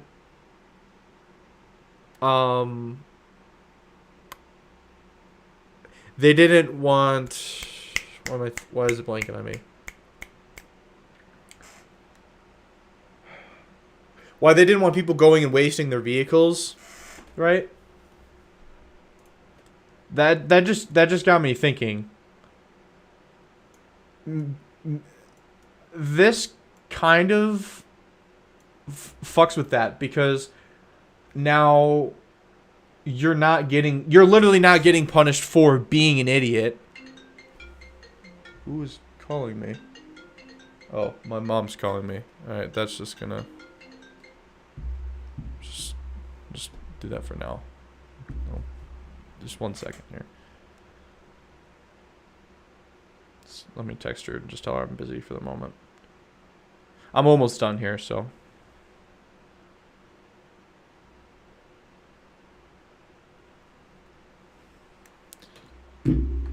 Alright. But yeah, that's what has me bothered right now, is that they're almost, with this mechanic, sure, it's punishing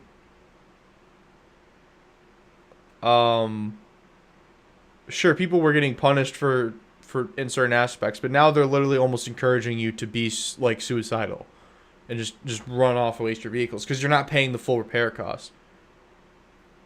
That doesn't, I don't like this one. Dynamic. By the date of feature, without changing the max repair cost by the date of feature introduction. I don't understand what that means. Either way, I don't like this. That seems like they're almost encouraging people to just waste their vehicles. Like, I understand there's maps where people do get shit on and they lose out on SL, but this almost encourages people to just be more of a piece of shit and not actually that seems like it's not actually fixing anything. Capture point reward for vehicles that failed to survive until capture completion. Summer updates 2023.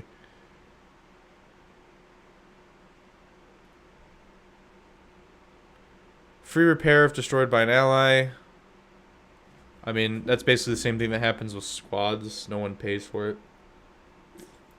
Well, shit, not the same thing. Because you're not in a squad, you do have to pay for it, but the person getting team killed doesn't have to pay for it. I never understood that. So you're getting team killed, you still have to pay your repair cost, but the other guy gets a penalty anyways? Why was he never just the one forking over the repair cost in the first place?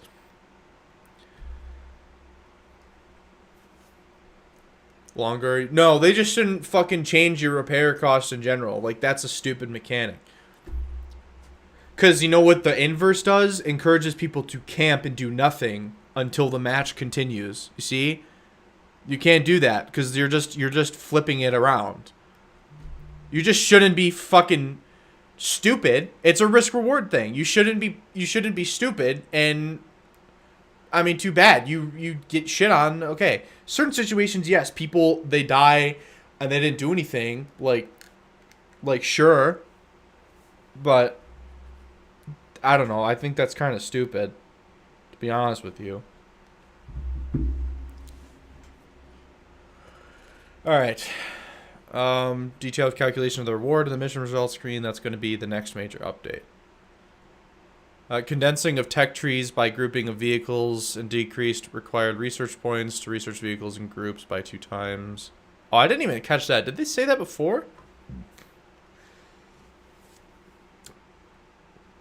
Should be based on activity, not time and match. That could work.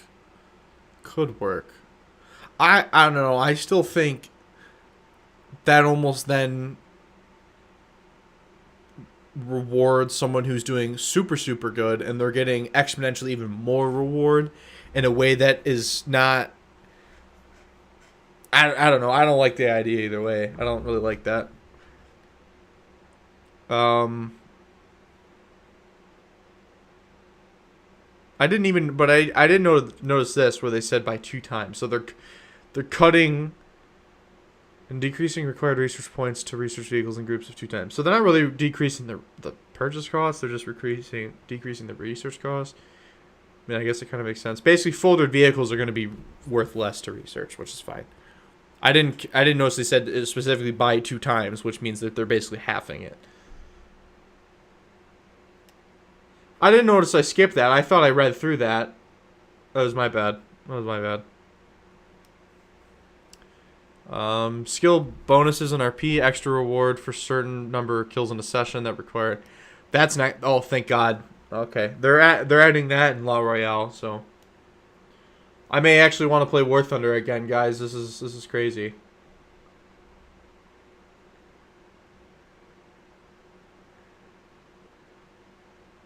They have it so you gain more if you stay longer in already, so it balances out.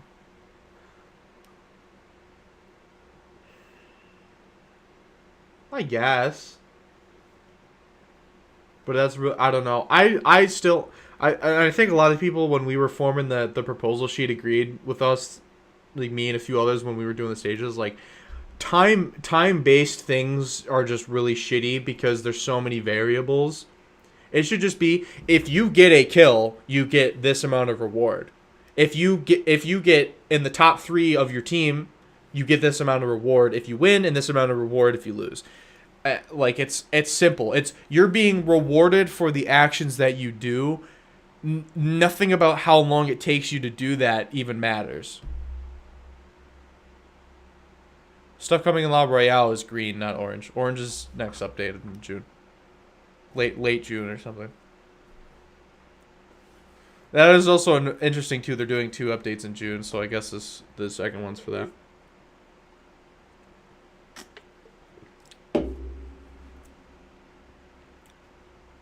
Oh yeah, like I understand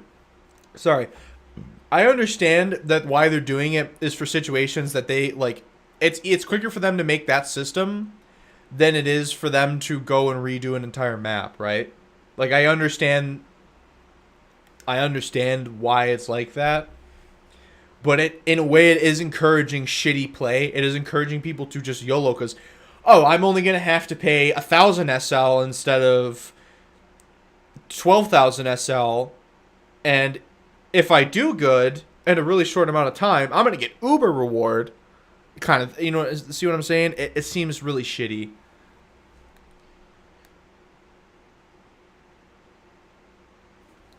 I don't know. It's weird. It's weird. Alright. I read that one. Detailed calculations. They said that twice. Research bonuses for new nations. After obtaining a top vehicle of one nation, such a vehicle will be clearly marked in the research tree. A bonus will be added to the research of vehicles of this type.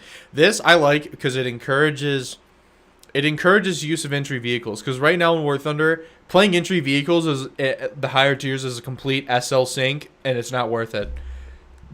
Unless you already have a lot of SL that you can just take the hit and you don't care. Like, if you're someone who's grinding up your first, like, rank 7, and you've just got, let's say you just gotten your first Abrams or whatever, your first, like, M1A1 or something like that, and you maybe, even if you have a few premiums, but you only have, like, 1 million SL, you're not gonna have a fun time.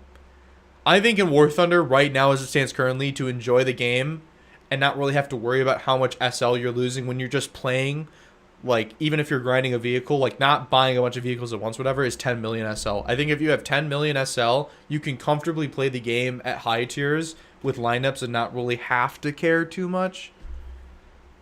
But otherwise, it's like, if you're playing with 2 million Silver Lions and you have 2 entry vehicles and, like, a lower rank premium, you're fucked. Like, good luck. I kind of went already over that earlier. Approximate values are going to be rank 4, 15%, rank 5, 25%, rank 6, 35%, rank 7 and 8 or 50. And that's probably because there's only a few rank 8s right now. That might be why they share that that result or that reward approximately.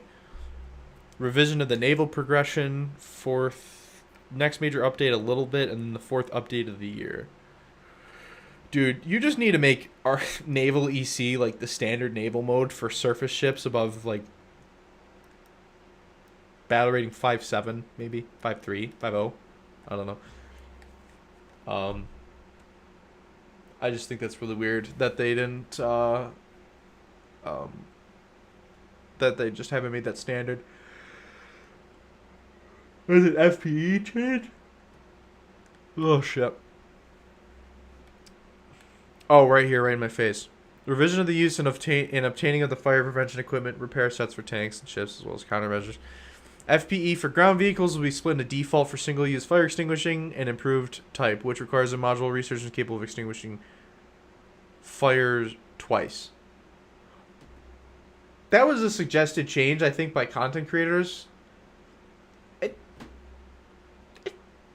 kind of makes sense that you get one free, because the whole relying on somebody to come put out your fire thing is stupid, because 9 times out of 10 when you are set on fire, you're either caught out in the open and someone isn't going to stop to help you, or you're getting repeatedly hit around a corner that maybe an ally can't push. Like, it doesn't work. So, I personally, they don't say it in here, but it was suggested that you can rearm your FPE on caps, and that's been a suggestion forever, as far as I'm aware.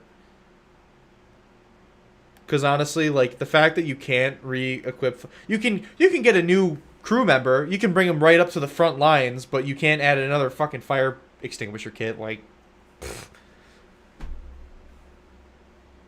FE of naval vessels. The default one will take longer to put out the fire. That was a good change. I remember seeing suggested.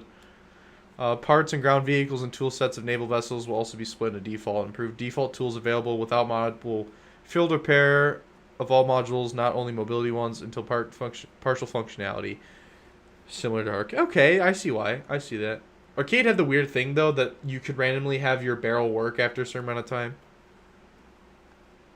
Read in a moment is a huge thing. For me, because of Heli PV, I hope so. I have a whole suggestion. I'll bring it up here in a second about Heli PV. I'll let you guys go through it. But I do want to get through this. I want to get back to my mom. I don't want her waiting too long. And then for countermeasures, so options such as chaff only, improved flares, mixed flares only will be available by researching the module. Additional options such as BOL pods or additional chaff pods will be made available as module research. So I don't understand. You're just getting stock flare and that's it, or stock flare and chaff. And but you're not able to select what kind of flares you want. It's just stock flares. Stock flares, no chaff, yeah. I mean, the only missiles in game that can be chaffed are the R530F. No, D. The F's the better one, right? That can't be chaffed because it has a different seeker. So it's the early R530s. I'm just gonna generalize. The early Sparrow, and then like the R3R and shit. The very, very few missiles in game really can actually be chaffed anyways. Like the more advanced ones, it takes a shit ton of chaff and like very specific defensive flank. D is a good one. France alphabet weird, because usually F I thought F was the better one. Oh well. Either way, my point being, like, it's not gonna matter that much. You very rarely need chaff for something outside of 6 missiles, and most of the time people aren't using those kinds of missiles. Like, The F8 with the AIM-9Cs, okay. The R3Rs and the early MiG-21s, okay. The Mirages just get fucking shafted unless they have the better R530. So it's not going to matter.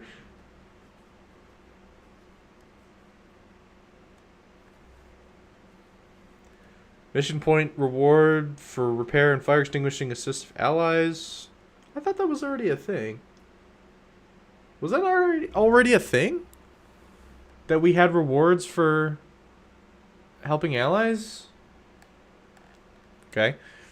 Helicopter research progression by playing ground vehicles. A player will be able to select either tank or helicopter to channel the research points in ground battles. Not bad. I wouldn't fucking do that if I was grinding a new tree, that's for sure. But, like, for me, I already own the entire Italian tank tree, pretty much. If I play the Ariete, sure, I'll research my helicopter. But I want a better helicopter mode to actually use my helicopter in Gaijin. That would be really nice, thank you. Oh, fuck you, Doctor. Could have watched 4 tech videos by now. Well, my ass crack isn't hanging out, bitch, so checkmate. Addition of the limited list of battle tasks and some battle pass tasks to existing aviation sim battles. So they're just going to add battle pass stuff to sim, okay. Similar to ground battles, keeping progress of the daily login reward in PC version by collecting daily rewards on Warthunder Mobile. That's stupid. I don't care. I'm not going to download Warthunder Mobile. Night battles are temporarily disabled with a Law Royale major update. In the future, they can be optionally enabled. Good. Because you never made flares from aircraft. Because aircraft can drop illumination rounds, by the way, in case you didn't know that. They never made that a thing. Some tanks can launch illumination mortars. They just were like, oh, we'll make night battles, and then we'll make a shitty night vision grain that's worse than even real-life night vision, so... Like, no one wanted to fucking play night battles. I don't mind them. I think they look cool, but I'm playing a video game, not watching a movie, so... You know...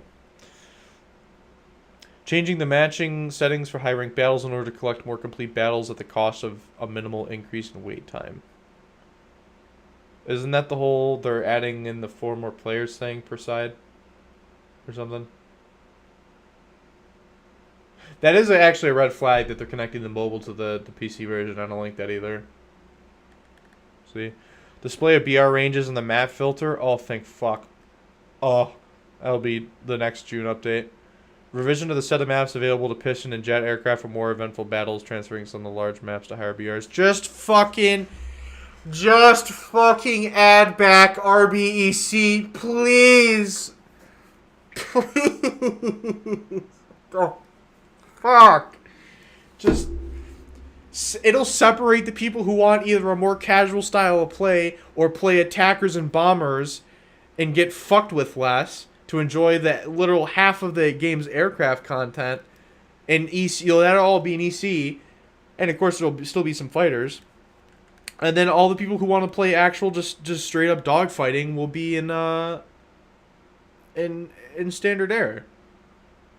I really hate that they do everything in their power to not back EC, because that was like the 3rd most updated post, voted post. From the CC Discord was EC. The other 2 were like remove real shatter and like one other thing. Like EC is such a want. It's not even funny. I don't want to fucking play standard RB anymore. I just don't care. That's not my cup of tea. There's so many people that don't want to play it like that anymore. They want to play a more casual game mode, and it's a benefit for both parties. People, all the casual people and people who want to play attackers and bombers get to go to EC, while, you know, everybody else gets to go play the PvP mode, basically the straight up, like the straight up fighter on fighter mode. It's just so fucking stupid that they refuse to do it. Fuck. Improving the balance of late Cold War era vehicles when the homogeneous steel and full caliber shells of 8 to APDS, AGGM guns, everybody changed up here. What? They're just improving the balance of late Cold War vehicles. When the Can you believe Gaijin when the homogeneous steel, when the APDS, like that sentence, I'm reading that. Either I'm retarded or that sentence is retarded. I don't know.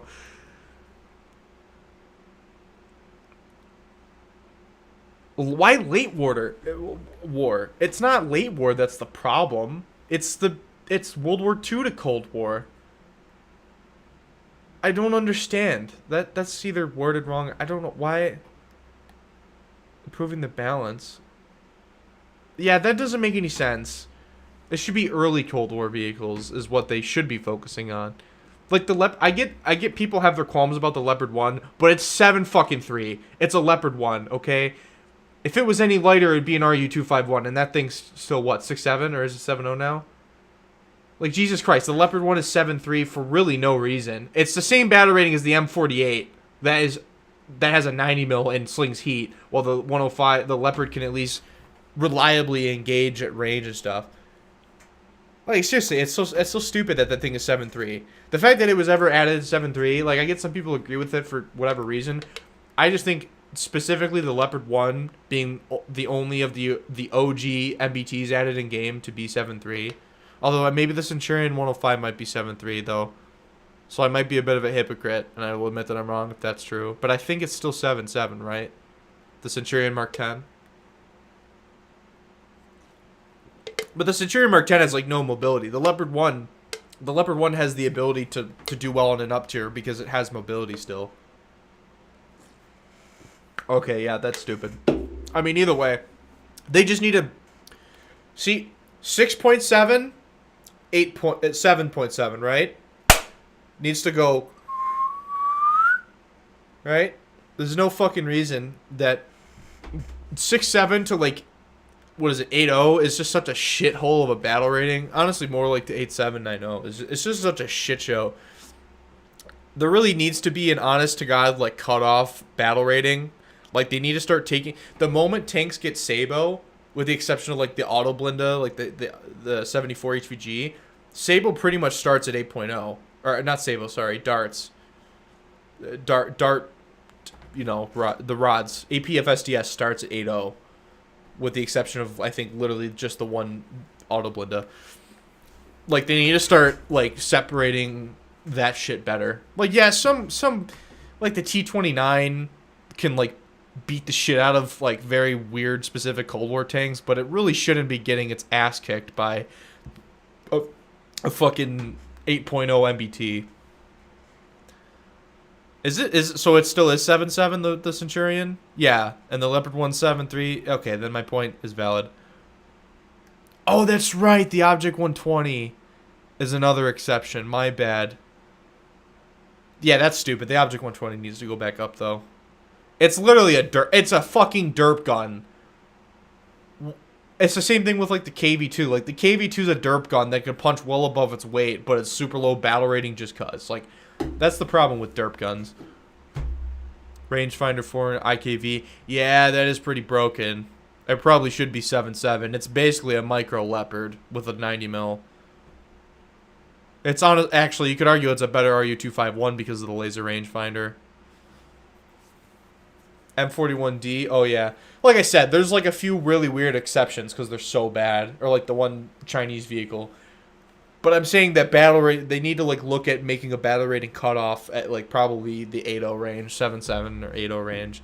So vehicles that are 7.3, 7.0 are like the post like 1946 whack prototype type shit, like the Mouse, the T-29, all that stuff. There's no reason that we still have these like ridiculous up tiers. Anyways, I'll continue. Strike UAV moved to higher ranks. Vehicle BR above 9.7. Matching BR above 10.7 to allow players to have a SAM system capable of countering them.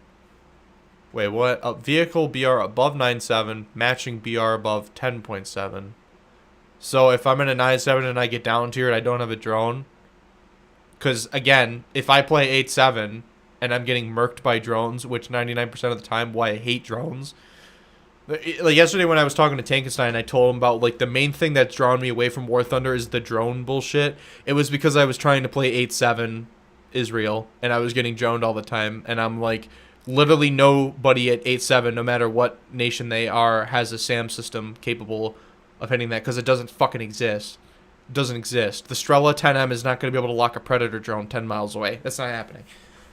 So, that was so stupid. And they better make sure that it doesn't do that. Holy shit, my nose is itchy. Hydroplane respawn points moved to the map center line and spawn on a friendly airfield. Reduction of the effectiveness of AI anti-aircraft guns located on fields and in convoys. I mean, this is like the 5th time Gaijin's tried messing with AI accuracy. Special winter trees for winter versions of locations. Fixing issues with bushes when shot through or after collision. Locations Poland. And... oh, wait, no, I'm sorry. I did read those wrong. Next major update is the one... what?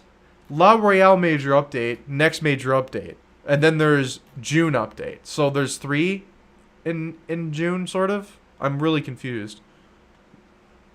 I don't know. I'm going to assume these ones are literally La Royale. I don't know why they changed them. Locations Poland and Eastern Europe, changing the landscape outside of the towns in order to get rid of the large forests and hills.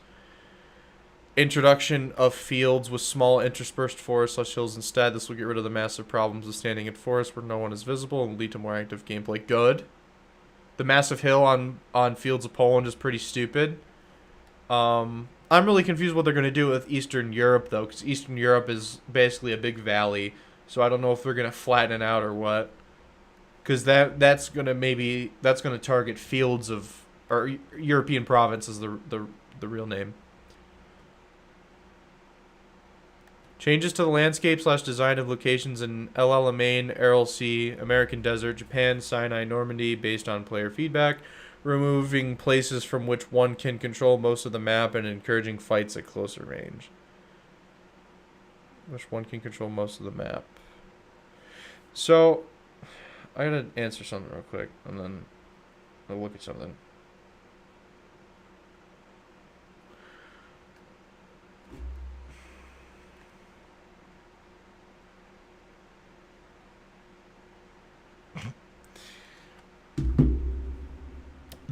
Okay, map control is an important thing in competitive video games.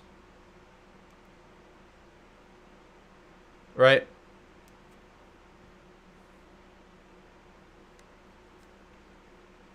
Making it so no one can really fight for an advantageous position kind of removes the point of fighting for certain spots. I guess if the spots are the cap, then to Gaijin, it's okay. I don't know.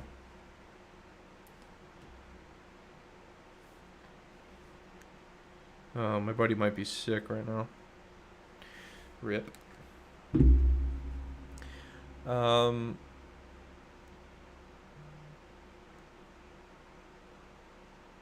Changing the landscape, blah, blah, blah, blah. Base plan to remove the places from which one can control most of the map. Massive revision of asset collision and ground vehicle locations in order to get rid of inconsistencies of visual and physical models. So basically, when the entirety of cargo port is invisible from the sky and you run into random shit when you're flying low. Okay. I'll see you, Shark. Thanks for sticking around for a little bit. Improvement of jungles. Jungles. It's jungles, guys. It's plural. There's jungles. They're in the trees. By reducing the number of positions camouflaged by vegetation. Yeah, you fucking added more trees to the map, and everybody was like, don't do that, and you did it anyways, and now you're reverting it. What the fuck? Duh!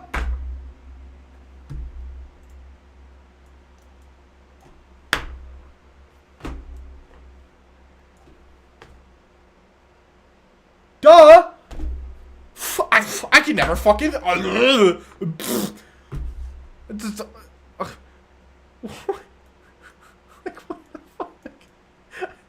I don't understand. I'm going fucking clinically insane. Okay. These are changes that people said don't do, and you fucking did it anyways. This is exactly why this shit happened in the first place. Because you were doing shit without the fucking consent of the player base. oh, we take your feedback very seriously. Well, clearly fucking not, because some of these changes you're reverting that were done fucking 2 years ago that we said don't do. And you're fucking reverting them like it's a fucking, oh, we just invented fucking fire. Really? Like, good, they're doing it. I'm not saying it's a bad change. I'm just like, hello? Earth to fucking Anton. It's common fucking sense. Holy shit. What the, it's a fucking snail moment, dude.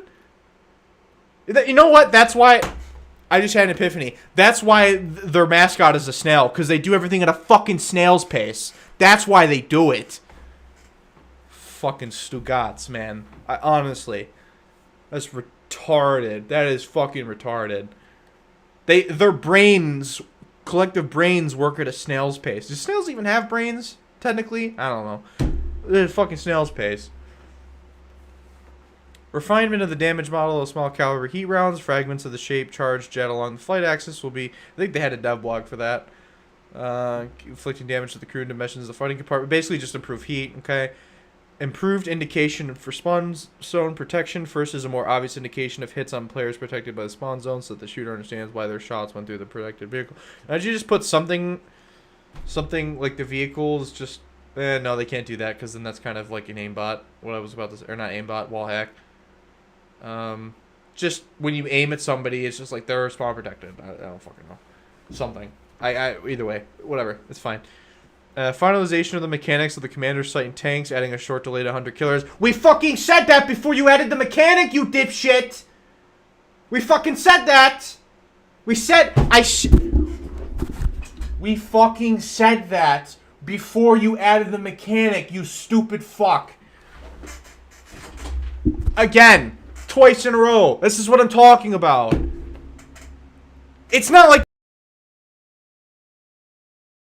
our change. It was in the fucking it was on the goddamn dev feedback. It was in the feedback when the update people said it on the forums. They said it on the Discord. They said it every fucking where. Oh, maybe it's a bit broken that you have no fucking delay between the guy getting shot. It's not like a tank getting penetrated is like a fucking Nerf game. It's not a Nerf match.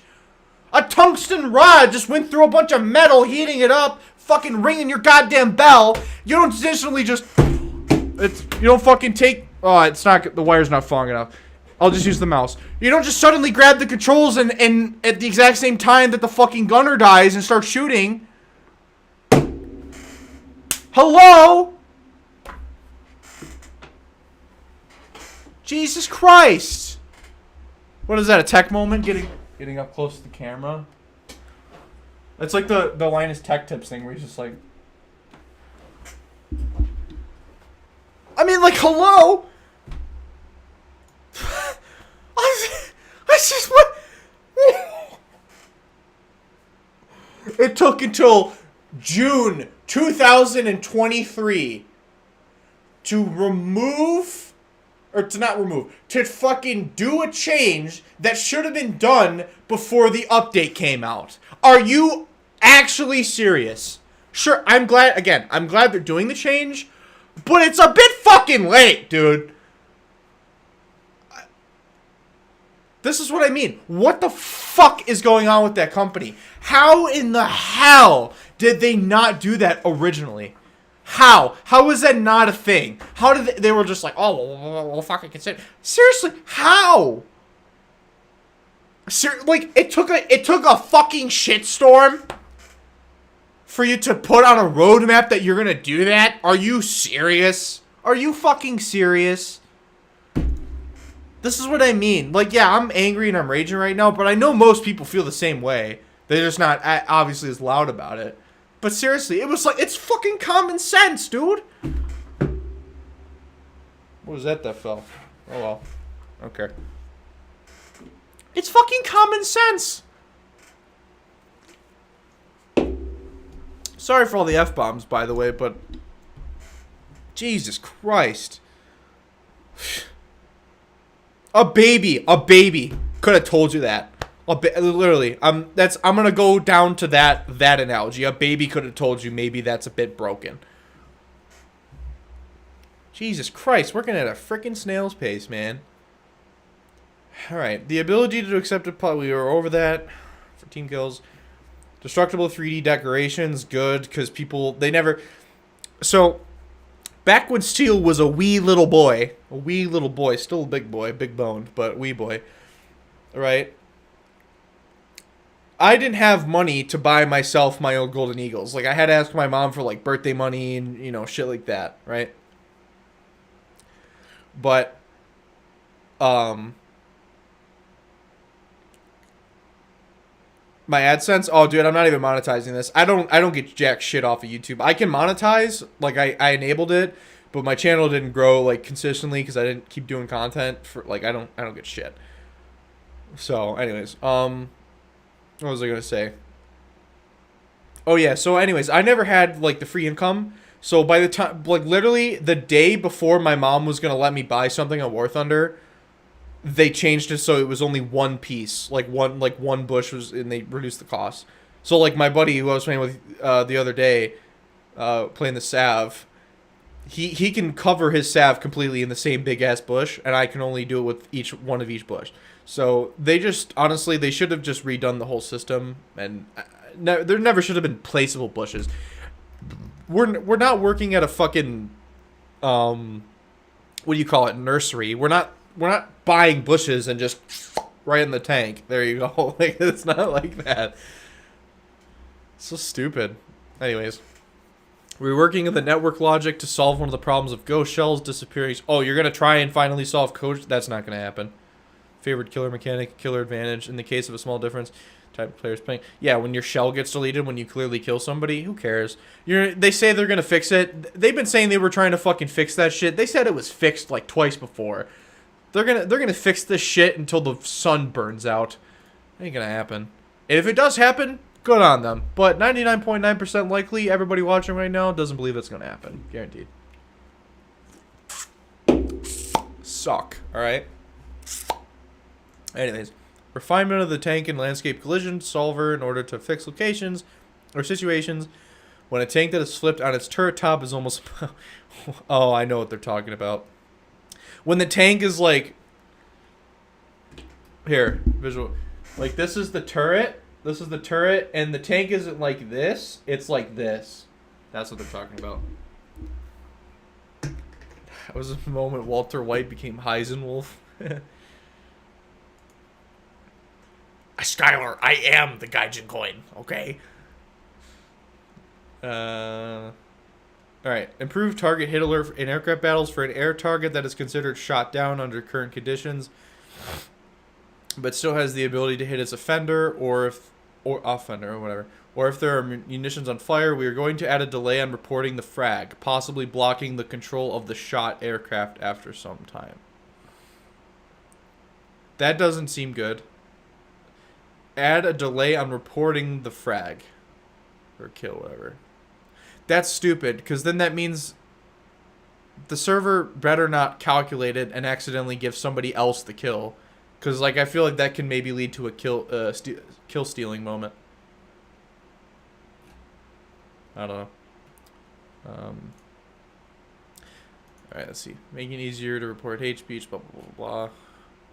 Find the above mentioned topics presented. Balance civil lines. Anyways, that's a major thing. These are all the economic changes. I mean, I gotta give them credit. But remember, until the shit actually happens, and like I said earlier, very, very early into the stream, they don't just go, oh, well, it's too easy, so we're gonna revert this change and this change and this change, and then all of a sudden, we're back to where we started. I can't give them full credit. I will say though, and I said it maybe I didn't say it in my final message video. I think I did. It might have been in a cut take. My bad. Gaijin doing a roadmap is something they've never done before. Or maybe they did it like super, super early into the game's lifespan. But they never really like... Gaijin has always said that they don't really like roadmaps. So them doing a roadmap is a good sign. A lot of these changes are a good sign.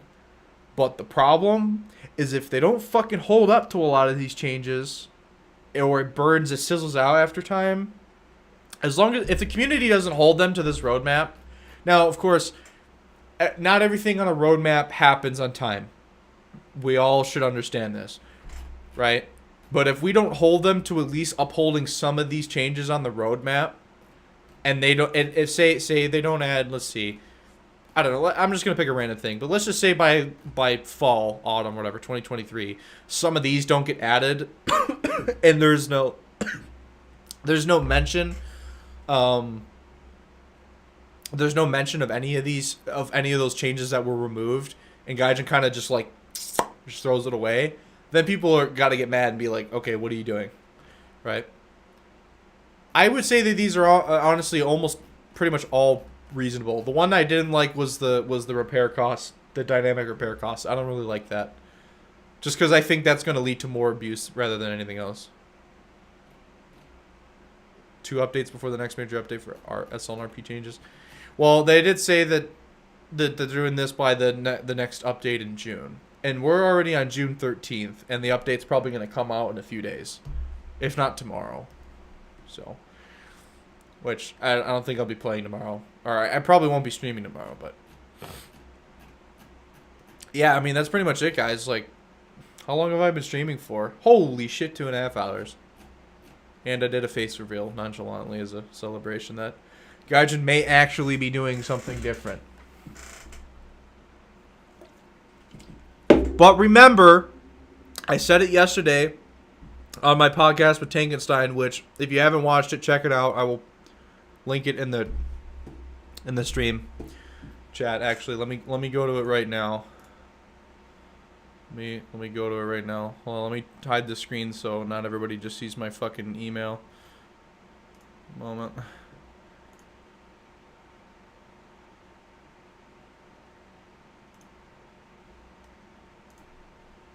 Just give me one moment here. I don't want everybody seeing my shit. Copy. Link address. Go to y'all. I'm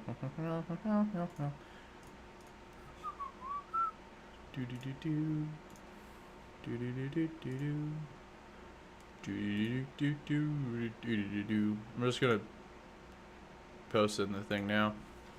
I'll also post it in the YouTube chat.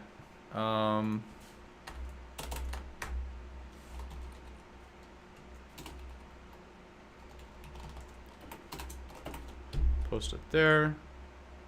I hope that's not like a temporary link, and then I will post it. The bones are back. Fuck you, Gobnik. God damn it.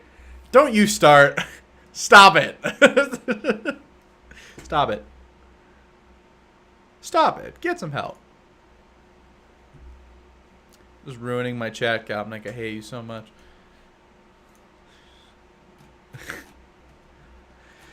Ah, shit. Anyways.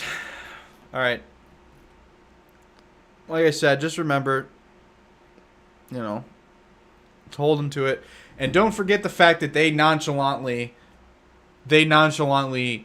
threatened shutting the game down because people were angry. So don't forget that. So, yeah. Anyways, I'm going to head off now. I'll probably play some War Thunder with some friends on Discord, but otherwise, I would say it's a W, but I'm not gonna be so easily just like, hooray, it's over, because we don't want Gaijin to do the same shit, because, you know, they look, maybe it's at a point I still don't see in the news media that it's tomorrow, but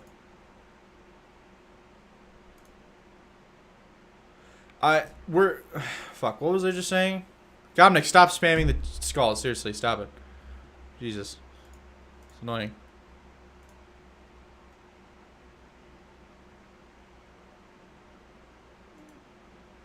What was I saying?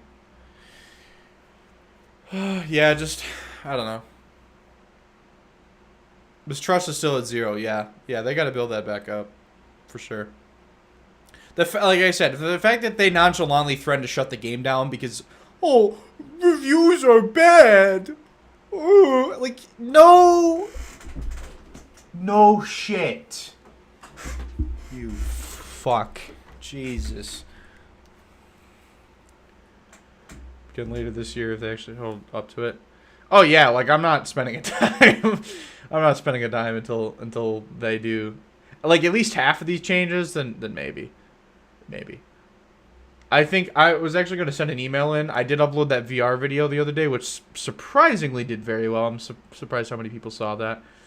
So maybe see if I can get myself my monthly GE for this month, because I do want to finish researching the Strela, and I'm sick of playing Russia and getting my ass kicked by drones. But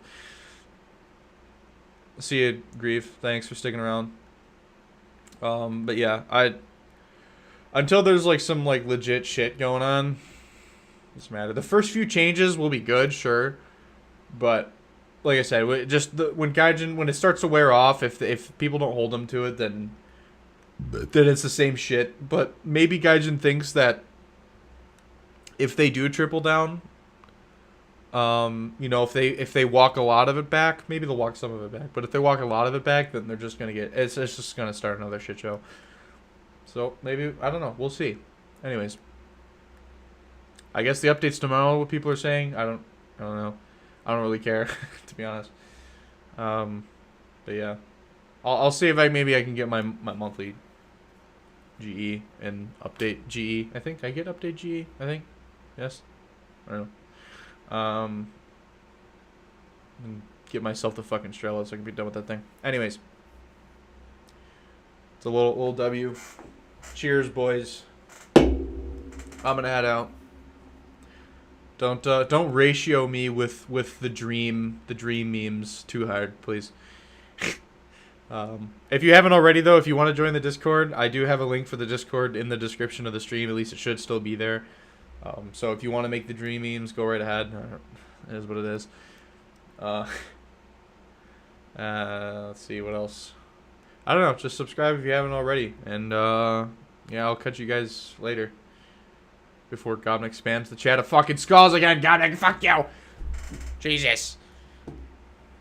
Anyways, I won't be using the webcam as well either. Like, maybe I'll actually buy like a proper camera, not super expensive, but just something that isn't this shitty looking. Maybe not, because I do use that for head tracking, but we'll see. Anyways, I will catch you guys all later. Peace out.